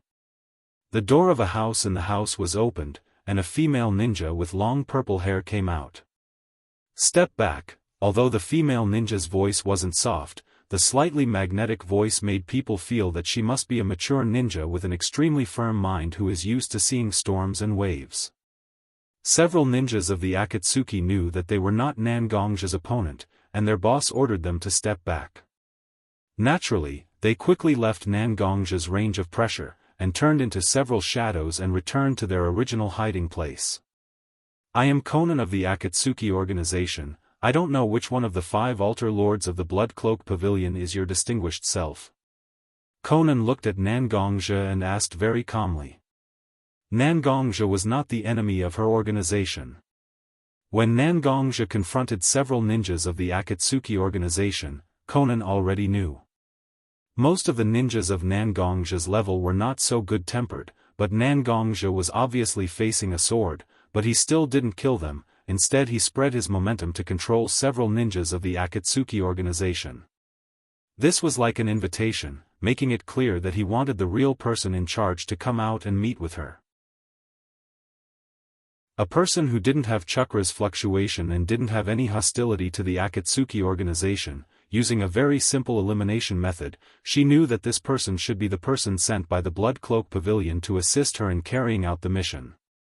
And this kind of strength could only be possessed by the Altar Lord of the Blood Cloak Pavilion. Listening to Conan's words, Nangongzhe also restrained his momentum. I am indeed from the Blood Cloak Pavilion, but I am not the Altar Lord of the Blood Cloak Pavilion. Nangongzhe gently took off the hood on his head, revealing his face. I am the new leader of the Blood Cloak Pavilion, Nangongzhe.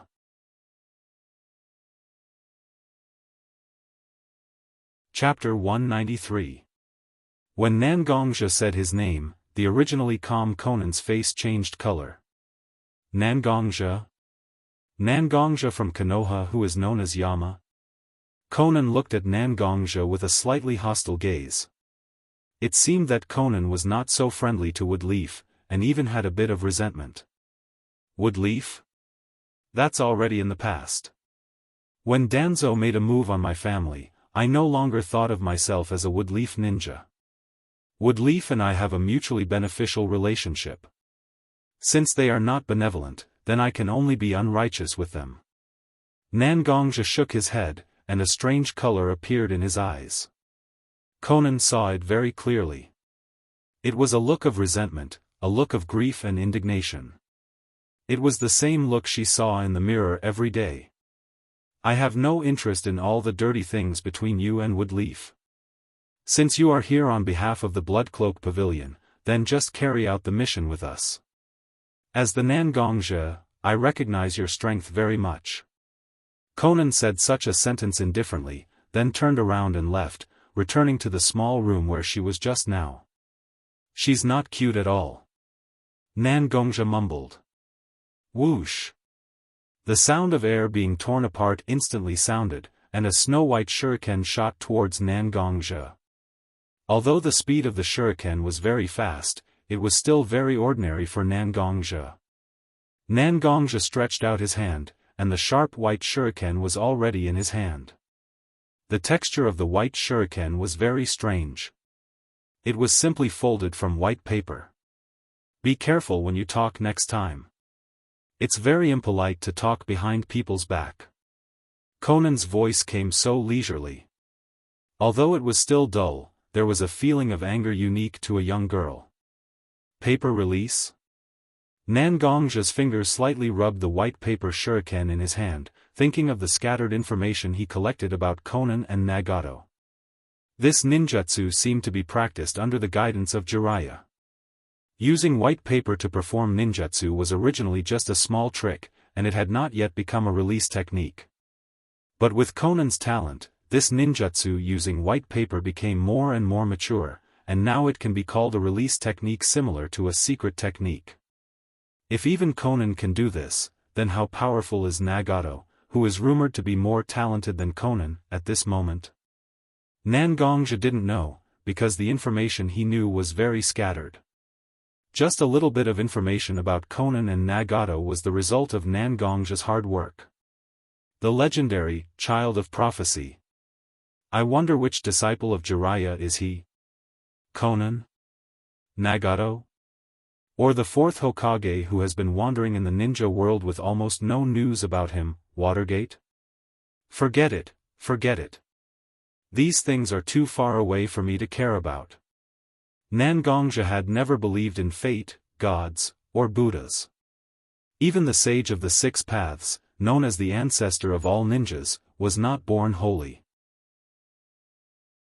As long as I have enough strength, as long as my faith is firm. Whether it's fate or gods, Nangongja will not hesitate to cut them. Just when Nangongja was still rubbing the paper shuriken in his hand, an Akatsuki ninja came to Nangongja's side. Please follow me to your residence and rest for a while. Knowing that Nangongja was an external aid invited by their organization, the Akatsuki ninja became more respectful. This is the shinobi world, no matter how much you complain about a person in your heart, you can't ignore it. His strength is above you, you have to give him the respect he deserves. Well, lead the way, Nangongja said to the ninja standing next to him. Blood Cloth Pavilion actually chose a leader? This is really bad news. Originally, Blood Cloth Pavilion was managed by 5 altar lords, which in itself will bring a huge loophole to itself. Nagato and Uchiha Madara originally planned to use some means to pull the power of Blood Cloth Pavilion into the Akatsuki. Who would have thought that this Nangongja would pluck the peach instead? It seems that these things need to be discussed at length. Conan's mouth whispered slightly. Although Blood Cloth Pavilion was a hidden force, Conan was still very clear about their situation. Such an organization was only a little weaker than the Akatsuki on the surface. Nagato and Uchiha Madara have been envious of it for a long time. Blood Cloth Pavilion's loose management system also provided an opportunity for the Akatsuki to annex Blood Cloth Pavilion. Originally, the one who was sent to carry out the mission with the Akatsuki was supposed to be an altar lord of Blood Cloth Pavilion. With all kinds of arrangements, Conan was confident that she could pull that person into the Akatsuki. But Nangongja came, with the identity of Blood Cloth Pavilion's leader. All of this really disrupted the Akatsuki's plan. Conan stretched out her hand and waved it on a piece of paper in front of her. The white paper immediately moved on its own, but in the blink of an eye, the letter had already turned into a 1,000-paper crane. She held the paper crane in her left hand, and made a hand seal with her right hand, and chakra instantly poured into the paper crane.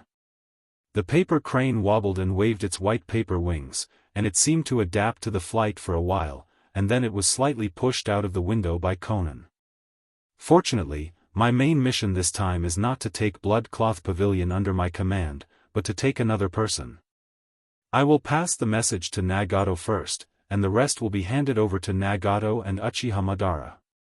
A week of long journey indeed made Nangong's state slightly worse. After a little rest in this house, Nangongja felt that he had almost recovered, but his door was knocked by the Akatsuki's ninja. Nangong-sama. Konan-sama said that everything is ready, and asked you to come and discuss it. Finally. Is it time to get down to business? Nangongja was really bored in this house, and he already had the idea of starting the mission early, and then leaving as soon as possible. After all, this was the hinterland of the Earth Country, plus he had to assist the Akatsuki in carrying out the mission. In order to prevent his whereabouts from being leaked, Nangongja could only stay in the house every day. Okay, I'll go now. Chapter 194. Nangong-sama, I can only lead you here. Konan-sama and several other sama are already waiting inside. The Akatsuki ninja who led the way was just an ordinary member, so he couldn't enter the meeting room. He could only lead Nangongja to the entrance of the meeting room. It's okay, you can go. I'll trouble you to take care of me these past few days, I'll put in a few good words for you. The ninja who led the way had been taking care of Nangongja's life these past few days, and he took care of him seriously. Nangongja felt that it was necessary to give him some praise. Thank you, Sama. Sure enough, he heard Nangongja's words. The ninja who led the way for Nangongja instantly beamed with joy, and looked at Nangongja with eyes full of gratitude. Waving his hand, Nangongja indicated that the ninja can leave first. Straightening his lapel and brushing his somewhat messy hair, Nangongja opened the door of the meeting room. Before Nangongja could greet Konan, a person's voice suddenly sounded. It's you? Nangongja looked towards the direction of the voice, and saw a ninja with silver hair who was wearing a black robe with red clouds on it pointing his finger at Nangongja. In addition to shock, there was also a lot of anger. Who are you? Why are you pointing at me? Who gave you the courage? Nangongja was also a little angry. He didn't even speak, and this person directly jumped out and pointed at his nose. He was giving face to the people of Akatsuki, so they also became arrogant. You actually don't remember me? Very good, very good. I clearly remember that you cut off my limbs and kicked my head like a ball. This time, I'll definitely let you know how terrifying Lord Evil God is. The silver-haired ninja's face became very ferocious as if he had gone mad. Break his limbs? Kicking his head like a ball? Why did it sound so familiar? Oh. So it's you. Nangongja recalled the time when he brought little Linger and Mashiro to the country of hot water. It was a bloody battlefield, as well as the young man from the Cthulhuism Society. I didn't expect that you would still be alive after being tortured to such an extent. Do you have the life of a cockroach? Ignoring the fact that Xiao Nan was still beside him, Nangongja directly used taunt on Fei Dan. Ah! You bastard, Master Fei Duan is going to kill you. No, I want to break all your limbs and let you know the pain that Master Fei Duan suffered that day. Fei Duan was obviously infuriated by Nangongja's attitude. His originally abnormal nerves were now even more strung up. She didn't care that Xiao Nan was still beside her.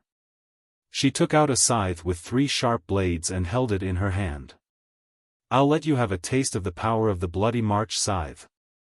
Just as Fei Dan leaped up and stood on the table in the conference room with the scythe in his hand raised high, Conan's slightly angry voice came over. Fei Duan. Are you done?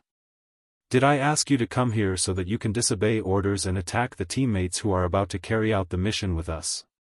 Following her voice, countless pieces of white paper also circled around Xiao Nan's body. Xiao Nan stretched out her hand and pointed, and the white paper quickly flew towards Fei Duan as if it had found its target. The clear sound of the white paper breaking through the air was enough to prove the power of the white paper. Seeing that the white paper was about to touch Fei Duan's body, the sound of metal clashing rang out. Only Nangongja was standing in front of Fei Duan, and the disaster sword had been unsheathed. It was Nangongzhe who blocked these attacks for Fei Duan. "I don't know what Sir is doing. I'm clearly educating the person who offended you, but Sir actually blocked these attacks for him?" Xiao Nan's face was a little cold. What was this? Someone from her organization came to help her, but in the end, he was the enemy of another person who came to help her. She was educating the people from her organization, but was stopped by an outsider? This kind of development indeed made Xiao Nan feel a surge of anger rising in her heart. "Xiao Nan, you don't have to be like this. Since Fei Duan wants to take revenge on me, let him come.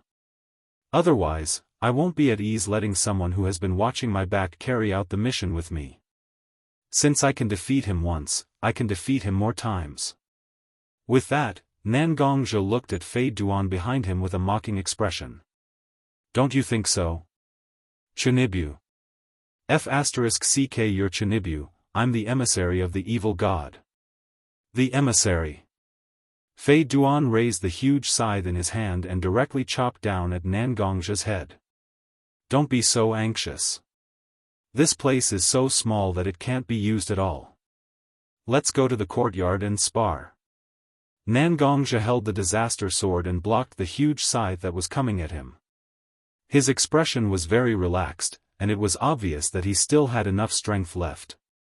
He turned the disaster sword in his hand slightly, and the bloody march scythe that Fei Duan used all his strength to chop down heavily on the table. In an instant, the huge table had been split into two. Nangongzhe exerted strength in his legs and ran out of the meeting room. He arrived at the slightly spacious courtyard. At this moment, Fei Duan was overwhelmed by his anger. He didn't think much and directly followed Nangongzhe to the courtyard. Those two bastards were supposed to act in secret. But now they are fighting. Once the movement is too big, it will attract the rock ninjas.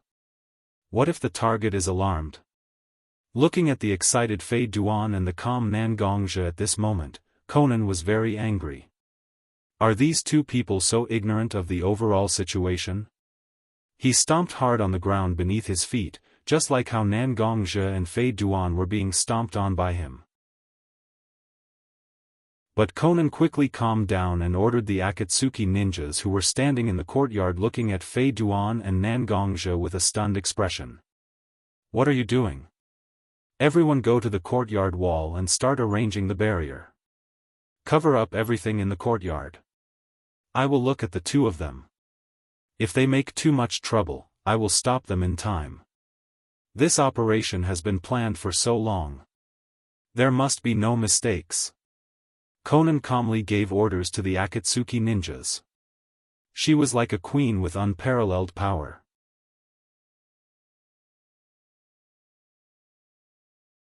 Chapter 195.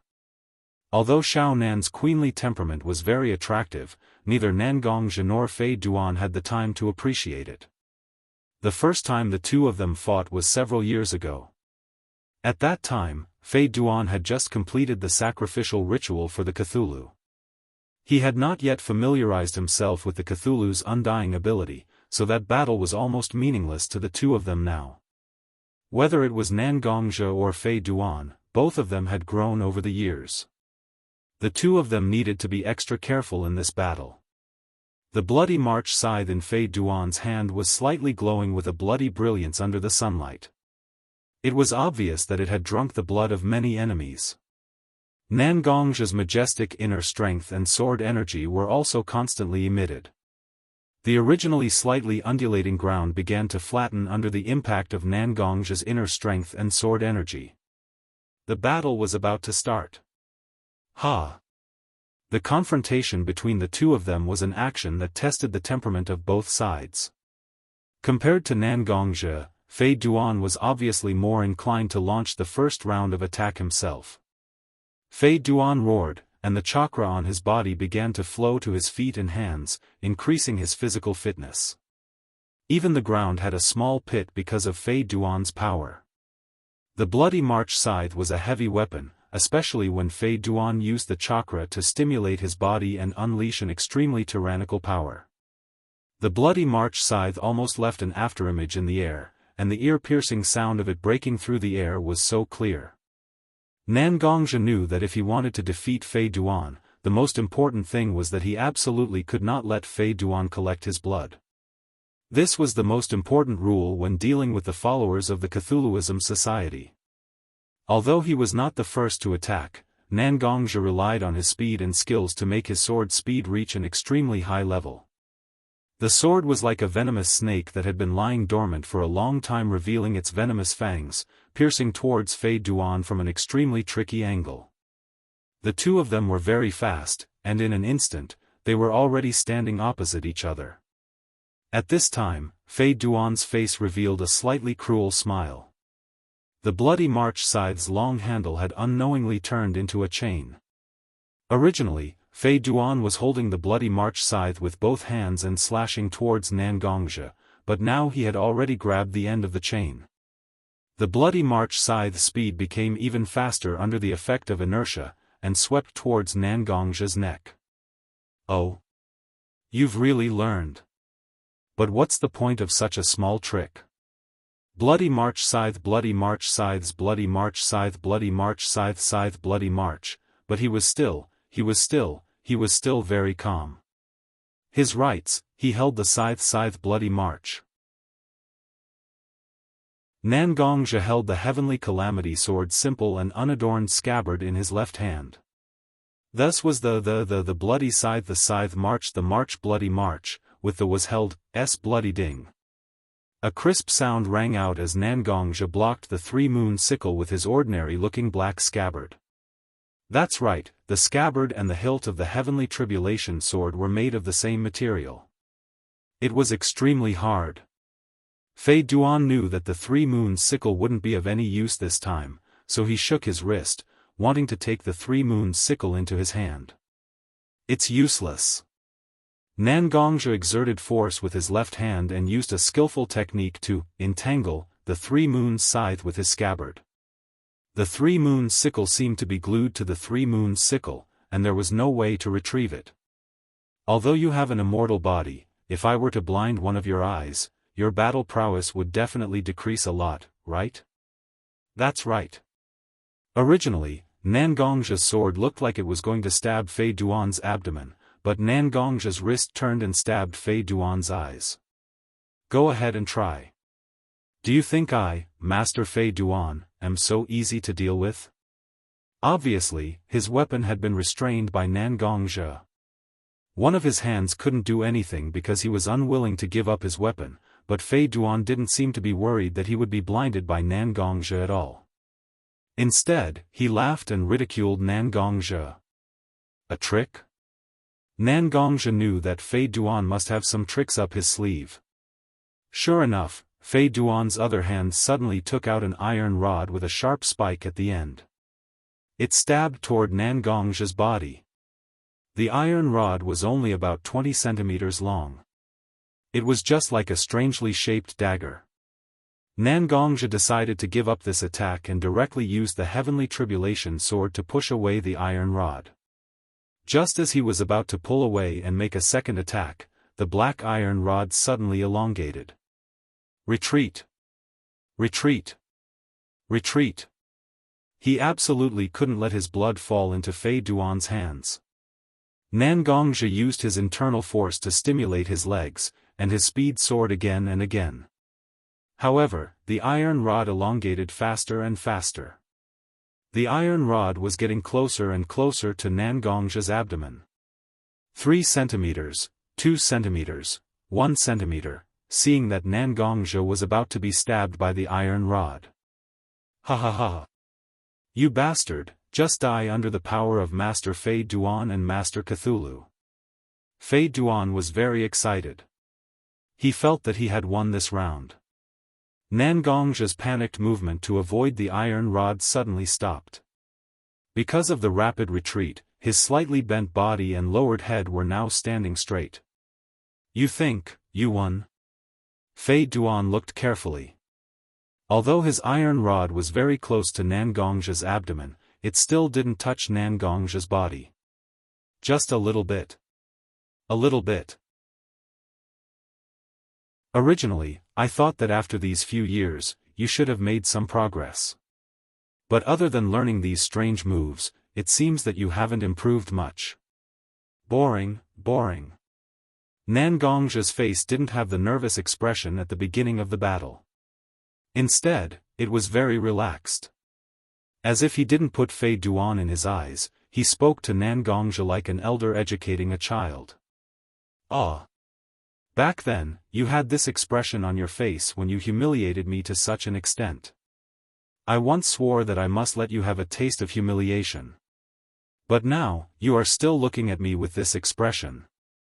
What do you have? What do you have? Master Fei Duan, even if I get seriously injured, I will let you know how powerful I am. I will let you experience the power of Lord Evil God.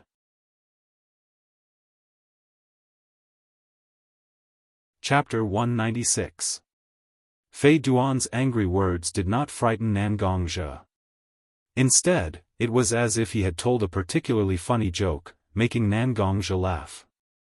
The more Nangong laughed, the fiercer Fei Duan's anger became. What you said is quite nice, but you want to defeat me with this?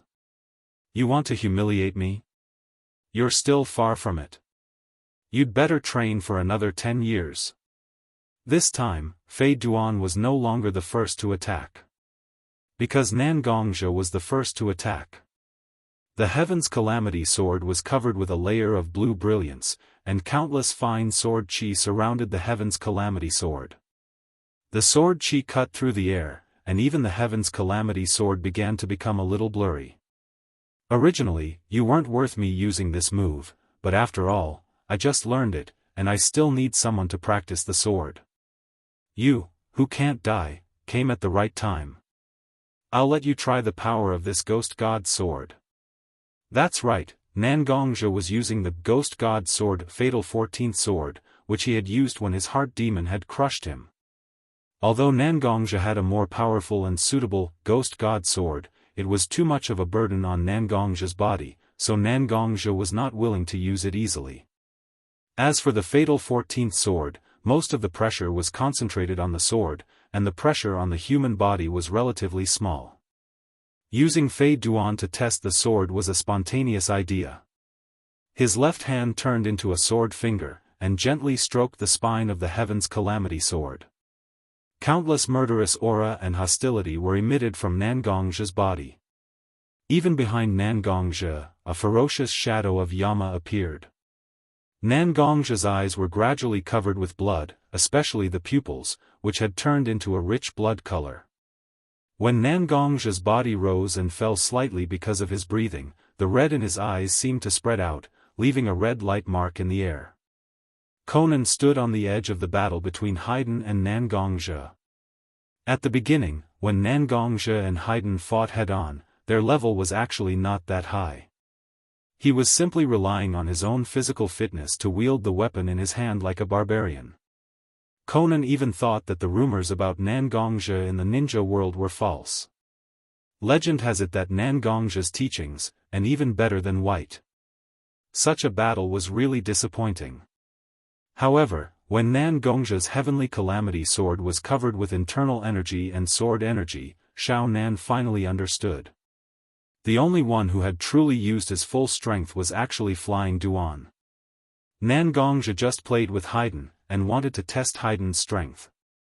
Whether it was Nangong's murderous aura and hostility, or Nangong's state at the moment, Conan was shocked. Even Nagato, who had the Rinnegan, and the masked man who called himself Uchiha Madara, they didn't have the same state as Nangong when fighting. If she had to use a word to describe it, perhaps only born to fight was appropriate. Putting everything aside, whether it was his own body or all his emotional fluctuations have been removed from Nangong's body. At this time, Nangong just wanted to stab with his sword. Haydn was trapped by Nangong's murderous aura and hostility. It was as if the surroundings were filled with cement, and he couldn't move at all. There are many genjutsu that can do this, such as some of the secret genjutsu of Konoha Village's Yugi family. If it wasn't genjutsu, then there were naturally many ways to solve it. But Nangongzhi at this moment was purely relying on his murderous aura and hostility to deter the opponent. Unless the opponent's murderous aura and hostility surpassed Nangongzhi's, or there was a crushing gap in strength, there was no way to get rid of Nangongzhi's comfort.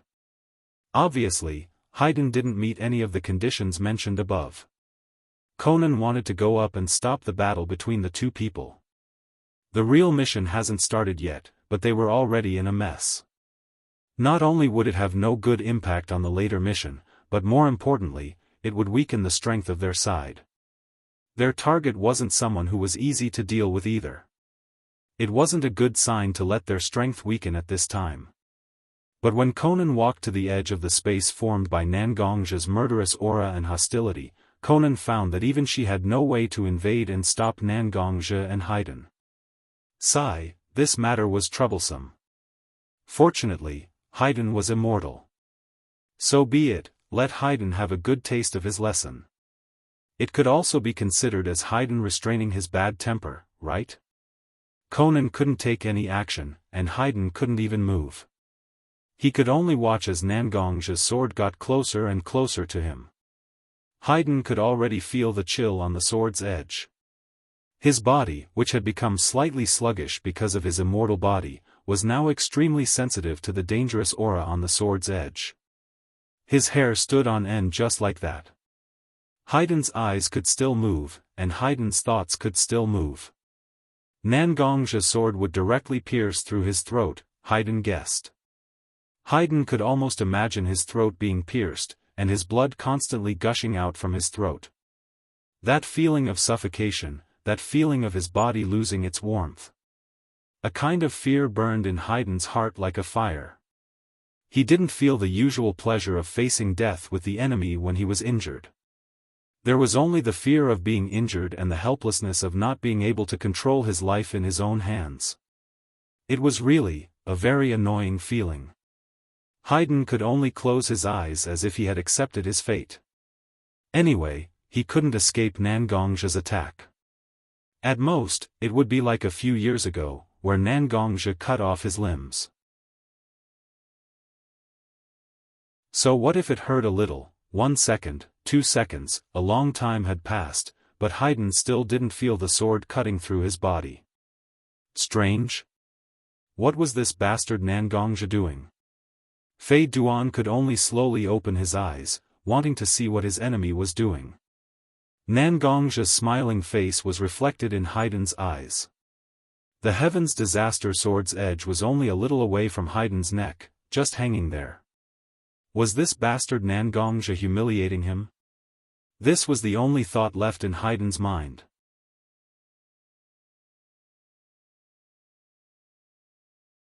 Chapter 197. Nangongzhi turned his wrist, shook the Heaven's Disaster sword in his hand, and put the Heaven's Disaster sword back into the scabbard. Are you humiliating me? Are you pitying me? Haydn's sensitive nerves were once again stimulated by Nangongzhi. It seemed that he wanted to use the bloody March sickle to fight with Nangongzhi again. Nangongzhi glanced at Haydn coldly, then turned his head and no longer looked at Haydn. Ah! You bastard, you dare to look down on this uncle? Haydn roared and was about to attack, but Conan's slightly cold voice had already reached Haydn's ears. Haven't you made enough trouble? Haydn. Hearing Conan's voice, Haydn's body trembled. Haydn was the kind of person who didn't submit to anyone. When Nangongzhi cut off his hands and feet and chopped his head, he was brought to the Akatsuki. Haydn was naturally restless, and he often provoked other Akatsuki members. As the person who helped Nagato manage the Akatsuki, Conan naturally couldn't ignore Haydn's behavior. She directly tied Haydn's hands and feet, hung him in a square where people often gathered in the Akatsuki, and used her paper release to cut off Haydn's flesh little by little. Haydn was indeed immortal, but he still felt pain. When Haydn was about to faint, Conan would inject a highly concentrated nutrient solution for Haydn, so that Haydn could recover quickly with the nutrient solution, and then continue to cut the flesh on Haydn's body with the sharp blade made of white paper. This lesson lasted for an entire 3 days. From then on, Haydn may talk nonsense to other people, but he still instinctively trembled in front of Conan. Whether it was the provocation to Nangongzhe or the battle with Nangongzhe, it was actually discussed with Conan before. Although it may be a bit noisy, it was still carried out with Conan's acquiescence. Now, Xiao Nan's reprimand made Fei Duan calm down. Fei Dan glared fiercely at Nangongzhe and put away the weapon in his hand. He stood silently behind Xiao Nan, not saying a word. Nangongzhe saw everything clearly. The twists and turns of the story were very clear in his mind. However, there were some things that were best understood in one's heart. Saying it out loud would only make everyone feel awkward. There was no point in it at all. Then, can we talk about the proper business now? After all, some troublesome matters have been settled. Nangongzhe glanced at Fei Duan, who was standing behind Xiao Nan. However, Fei Duan didn't seem to hear Nangongzhe's words as he stood there silently. Of course, we've already determined the target's location. The battle plan has basically been formulated, but after seeing your strength today, I think we can slightly improve the battle plan. Xiao Nan looked at Nangongzhe and nodded. At the same time, there seemed to be an imperceptible smile on her face. It doesn't matter. You can decide. I'm the foreign aide you invited. You came up with a battle plan. As long as I can execute it, I will naturally cooperate with you. Nangongzhe was really not interested in changing the battle plan. Here is the target's information. Xiao Nan waved her hand, and an Akatsuki ninja took a folder in front of Nangongzhe.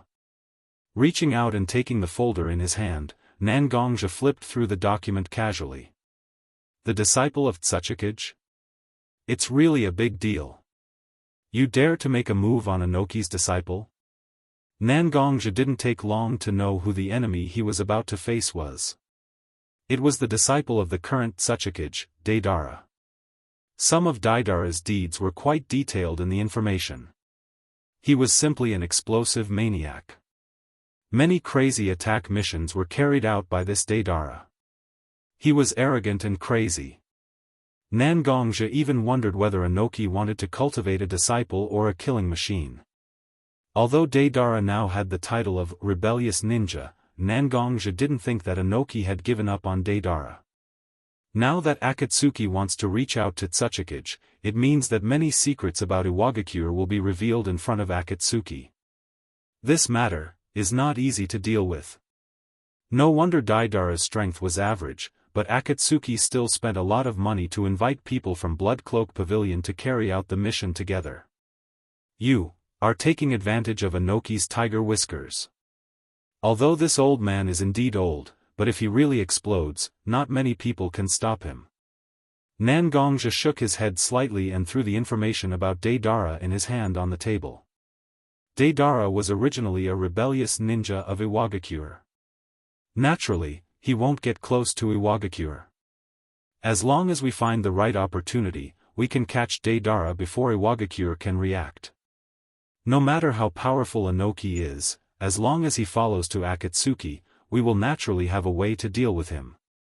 Conan said confidently. Nangongzhe didn't know, but Conan knew that Iwagakure and Akatsuki actually had various transactions. Both sides were well aware of each other's strength. Akatsuki showed Inoki's strength.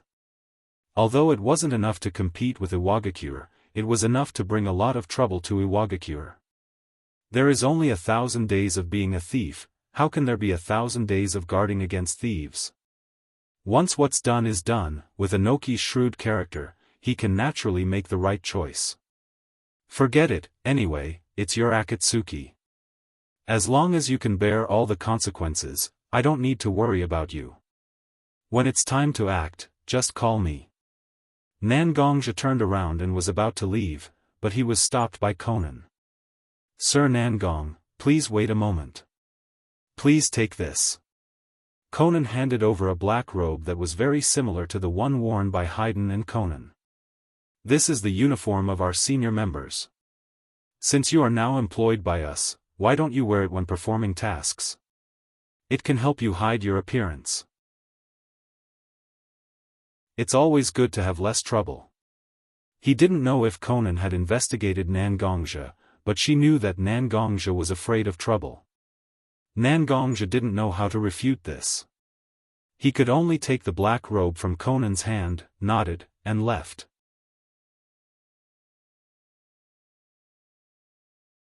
Chapter 198.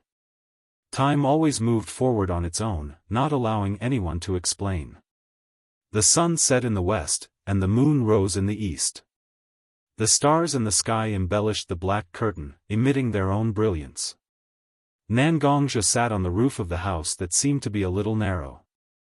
The green jade gourd was beside him, and a jade cup was beside him. The clear wine was sitting quietly in the cup. Nangongja reached out and took the cup. With a flip of his wrist, all the wine entered Nangongja's mouth. The rich but elegant wine fragrance lingered in Nangongja's mouth. Nangongja squinted his eyes slightly, seemingly savoring the wonderful taste of the drunken immortal wine. I didn't expect that the legendary Yama, who killed people like Scything Flax, was also a glutton for wine. A cold voice broke the silence of the night. A girl with long purple hair, dressed in a loose black robe with red clouds on it, stood behind Nangongja without anyone noticing. Xiaonan had a playful expression on her face, as if she had caught Nangongja's pigtail. Glutton for wine? Not really. One of my seniors really likes to drink wine. I don't know when I was led astray by him. Although the wine in the cup is sometimes a hindrance, I feel that without it, there is not much taste left. Nangongja smiled embarrassedly, as if he did not take Xiaonan's words to heart. He was just reminiscing about the past. Xiaonan did not continue on this topic. Instead, she silently walked to Nangongja's side. She picked up the green jade gourd, and her nose twitched a few times as she poured the wine into the gourd. This is a good wine. As she spoke, she opened her right hand, and a few pieces of white paper danced on top of it. After a while, a wine cup made of paper was held in Xiaonan's hand. He glanced at Nangongja, as if asking if he could have a taste of the wine. Nangongja also smiled. Just a moment ago, he was still saying that he was a glutton for alcohol. But now, he picked up his wine and wanted to ask if he could have a sip. Lil Nan was an interesting person. This wine is the drunken immortal brew. It was given to me by my senior. There was no one in this world who knew how to brew it, so it was better to drink it a little. Since little Nan wants to give it a try, it's naturally possible. After Nangongja introduced the name of the wine, he agreed to Xiaonan's request. Xiaonan seemed to have taken advantage of something. She took the green jade gourd and poured a cup of wine into the paper cup in her hand. Holding the glass of wine, Xiaonan sat down beside Nangongja. In front of them was the open space where Nangongja and Fei Duan fought during the day. Although the Akatsuki's ninjas also cleaned up, the traces of the battle were still so obvious. Fighting and war always destroy all the beauty in the world. For no reason, Xiaonan actually sighed with emotion. After all, Nangongja collected some information about the 3 disciples of Jiraiya in the Rain Country. They were all orphans in the war. Their hatred for war and fighting must be deep in their bones. So, you are working hard to quell the war? Nangongja didn't directly say who the so-called "you" were, but Xiaonan knew very well that he was talking about Yahiko, Nagato, and herself. We just happened to find a feasible way to quell the war, and we are working hard for it. Xiaonan didn't know why, but in front of Nangongja, she didn't suppress all the things in her heart like usual. Instead, she directly said what she wanted to say. Xiaonan wasn't a particularly opinionated person. When Xiaonan, Yahiko, and Nagato were orphans in the Rain Country, they were struggling to survive. At that time, Xiaonan just wanted to survive. Later, she met Jiraiya and became his disciple. She founded the Akatsuki and became an important member. In fact, a lot of it was because of Yahiko and Nagato, who struggled to survive together with her since childhood. When Yahiko was killed by Danzo and Hanzo, Xiaonan didn't know what she was pursuing. The resentment and helplessness in her heart made Xiaonan want to help Nagato realize Yahiko's last wish. Since then, she has been working hard for this ridiculous, big plan. She became the messenger of God under Nagato. Isn't that a great thing? There is no one in this world who doesn't want to live in a peaceful world. It's very commendable that you can muster the courage to take this step. Perhaps it's because of the few glasses of wine. Nangong's words gradually became more and more. Speaking of which, my experience is similar to yours. My parents and the place where I lived were also destroyed by a group of people. Since then, I have been wandering in the ninja world, relying on my sister. But maybe it's because of my good fortune, I have some strength, so I joined the Woodleaf to seek protection. Nangongja seemed to be thinking about his life, and he talked about the most difficult days of his life so far. Listening to Nangongja's words, Xiaonan also seemed to remember the days when she, Yahiko, and Nagato relied on each other. After joining the Woodleaf, I killed a lot of people, but every time I told myself that every person I killed was for my sister, for the people I cared about. Because only in this way can I let them live a better and safer life under the protection of the Woodleaf. You didn't do anything wrong. Xiaonan seemed to see Nangongja's inner struggle. As a person who doesn't like to take other people's lives, Nangongja's thoughts at this moment, Xiaonan felt that she could empathize with him. I used to think that I didn't do anything wrong, but Danzo made a move on my family. Nangongja shook his head. When he said Danzo's name, he still tightly held the glass in his hand and poured the wine directly into his mouth. He didn't have the same expression as before, he just looked like he was venting. Danzo. Danzo, Xiaonan also murmured Danzo's name in her mouth. The scene of Yahiko's death replayed in Xiaonan's mind over and over again. After drinking the wine in the glass, she gently threw the paper cup in her hand away. Xiaonan got up and walked away, leaving only one sentence echoing in the air. Tomorrow's action.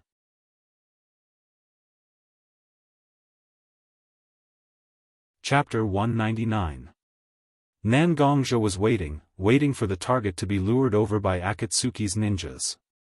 Along with Nangongja, Haiden and Conan were also here to ambush him.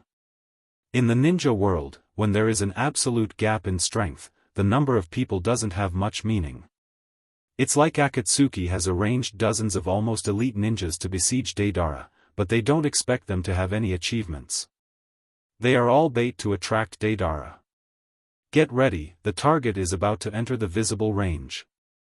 Nangongja heard a faint voice with a few traces of coldness. Turning his head, Conan was also staring at him. Nodding, Nangongja signaled that he understood. Before Nangongja could say anything, a huge explosion sound came from the distance. You dregs, you dare to provoke Deidara?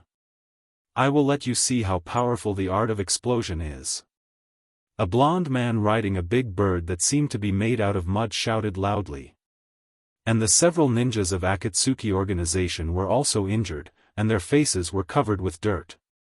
Nangongja couldn't help but look at Haiden, who was also ambushing on the other side. Sure enough, this group of Chunibu likes to call themselves uncle. Haiden also noticed Nangongja's gaze, although he didn't know what Nangongja was thinking. But Nangongja's face was still so annoying in Haiden's eyes. If it weren't for big sister Conan here, I wouldn't want to have a good fight with you. Uncle Haiden must beat your face with a smirk until it bleeds. Haiden's heart was crazy at this moment, and he seemed to have forgotten that he was almost pressed to the ground by Nangongja. In fact, Conan's plan for Nangongja and Haiden is quite simple. Nangongja will face Deidara head-on, and Conan will wander around and try to take away Deidara's blood, and then Haiden will use Jutsu, death spell to directly make Deidara lose his combat power. Deidara was forcibly taken away, and naturally, Akatsuki has various means to make him join. But Nangongja looked at Daidara's appearance, and he always felt that something was wrong. Daidara's battle mainly relies on a variety of explosive clay to attack. Although the attack power of explosive clay is indeed high, the movement caused by it is not small. Daidara was chasing after a few elite Chunin ninjas of the Akatsuki organization, and he looked like he was going to blow up this rare forest of the Earth country. Such an undisguised arrogant behavior, as the Umbu of Iwagakure, how can they not notice it? Nangongja felt more and more that in fact, Daidara has always been under the surveillance of the insidious old man Inoki. The reason why Daidara can openly act as a traitor in the ninja world, there must be more things that he doesn't know. It seems that he really has to do his best to end this battle quickly. Otherwise, Inoki, who has the dust release Kekei Genkai, will really be attracted here. Even if Nangongja, Konan, and Haiden join forces, they can't say that they will be safe. Just when Nangongja was still thinking about all kinds of things, Daidara launched a new round of attacks.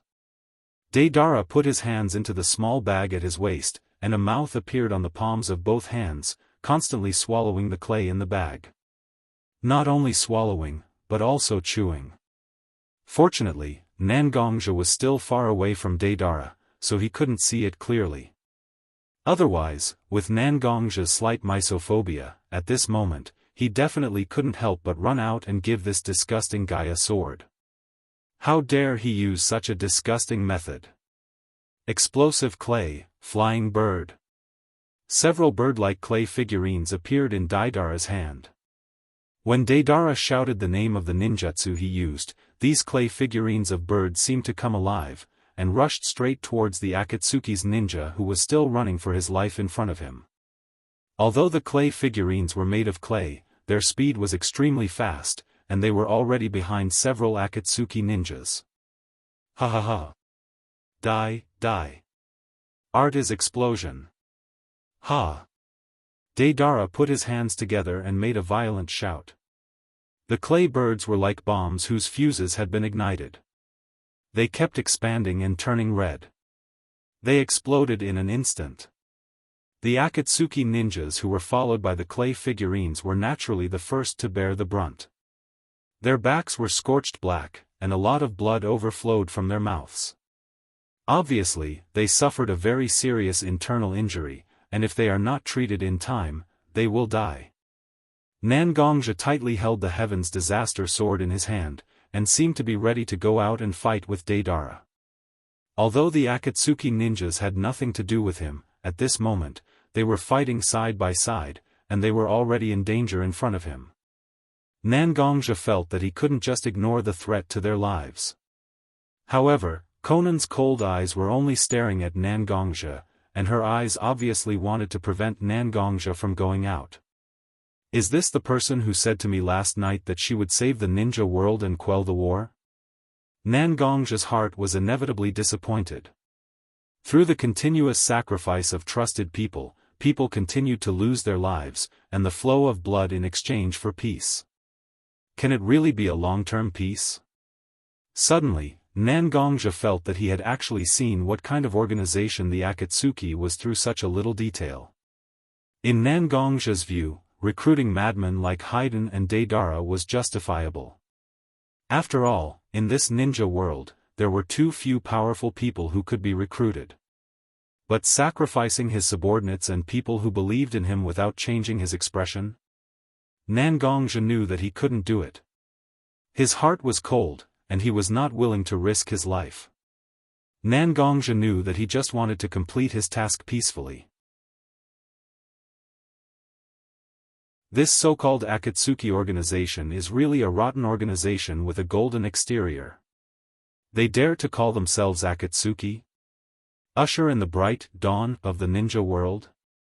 Don't be ridiculous, if the ninja world has really declined to the point where it needs such a group of people to save it. It's better to just wait for death. Konan didn't know the many thoughts in Nangongja's heart, but seeing Nangongja put down the Heaven's Disaster sword in his hand, she didn't say anything.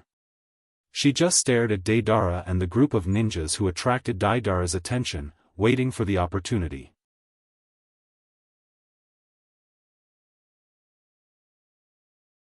Chapter 200. Deidara was getting closer and closer to the place where Nangongja was, but every time he got a little bit closer, an Akatsuki ninja would get injured or even die. Although Nangongja was determined not to care about their life and death, but every time Akatsuki ninja's aura got weaker and weaker, Nangongja's heart also became colder and colder. The favorable impression of the Akatsuki organization that had just been born was being worn down little by little like this. Finally, when the ninjas of Akatsuki organization were either dead or injured, only 2 or 3 of them were left, Deidara finally came down from the back of that big bird he was riding. Standing in front of the few remaining Akatsuki ninjas, he said with a somewhat crazy face. "It's been a long time since someone dared to provoke this uncle. Since you came, then have a good taste of this uncle's means. So that in the future, no matter what kind of trash, dare to disturb this uncle." Deidara's palm's mouth was constantly squirming, and in Deidara's hand appeared several freehand-looking spider clay sculptures. See one clay spider. He threw those clay spiders at his feet, and made 3 hand seals. The spiders were injected with vitality, and began to slowly crawl toward the mouth of Akatsuki ninjas. If everything goes smoothly, these spiders will certainly crawl into the mouth of Akatsuki ninjas, and enter their stomach through their esophagus. And then explode. The power of clay spiders is not big, but after entering the human body and then exploding, it will only make people feel that their vitality is leaving the body. This is really, very interesting. Deidara seemed to be able to see the situation after the clay spiders explode, and a cruel and excited expression lingered on Deidara's face. In the end, Nangongja couldn't bear it anymore. If it was a frontal battle on the battlefield, no matter how many people died, Nangongja would not have this kind of mood like now. But at this moment, Deidara's almost powerless Akatsuki ninjas were executing such a sadistic behavior, Nangongja really couldn't stand it anymore. Nangongja had always thought that he had gotten over the destruction of the village he grew up in and the death of his parents. However, such a scene reminded Nangongja of the raging inferno and the heart-wrenching cries. Deadil! Damn it! Nangongja charged out with the Heaven's Calamity sword in hand. Xiao Nan noticed Nangongja's behavior. However, since Nangongja had already rushed out, they could only bring forward the plan. Conan nodded at Fei Duan, indicating for him to wait for her and Nangongja to take Deidale's blood. Then, she followed Nangongja out. Oh! I didn't expect there to be an ambush. Seeing Nangongja and Conan's clothes were slightly similar to Akatsuki's ninjas, Deidale knew that Nangongja and Conan were here to ambush him. Although there was no way to know the exact strength of Nangongja and Xiao Nan, Deidale was confident that he could get away with it since he only had 2 enemies. He made a few hand seals, and the clay bird that had fallen beside him rushed toward Nangongja and Conan as if it had received an order. "Let me show you my art."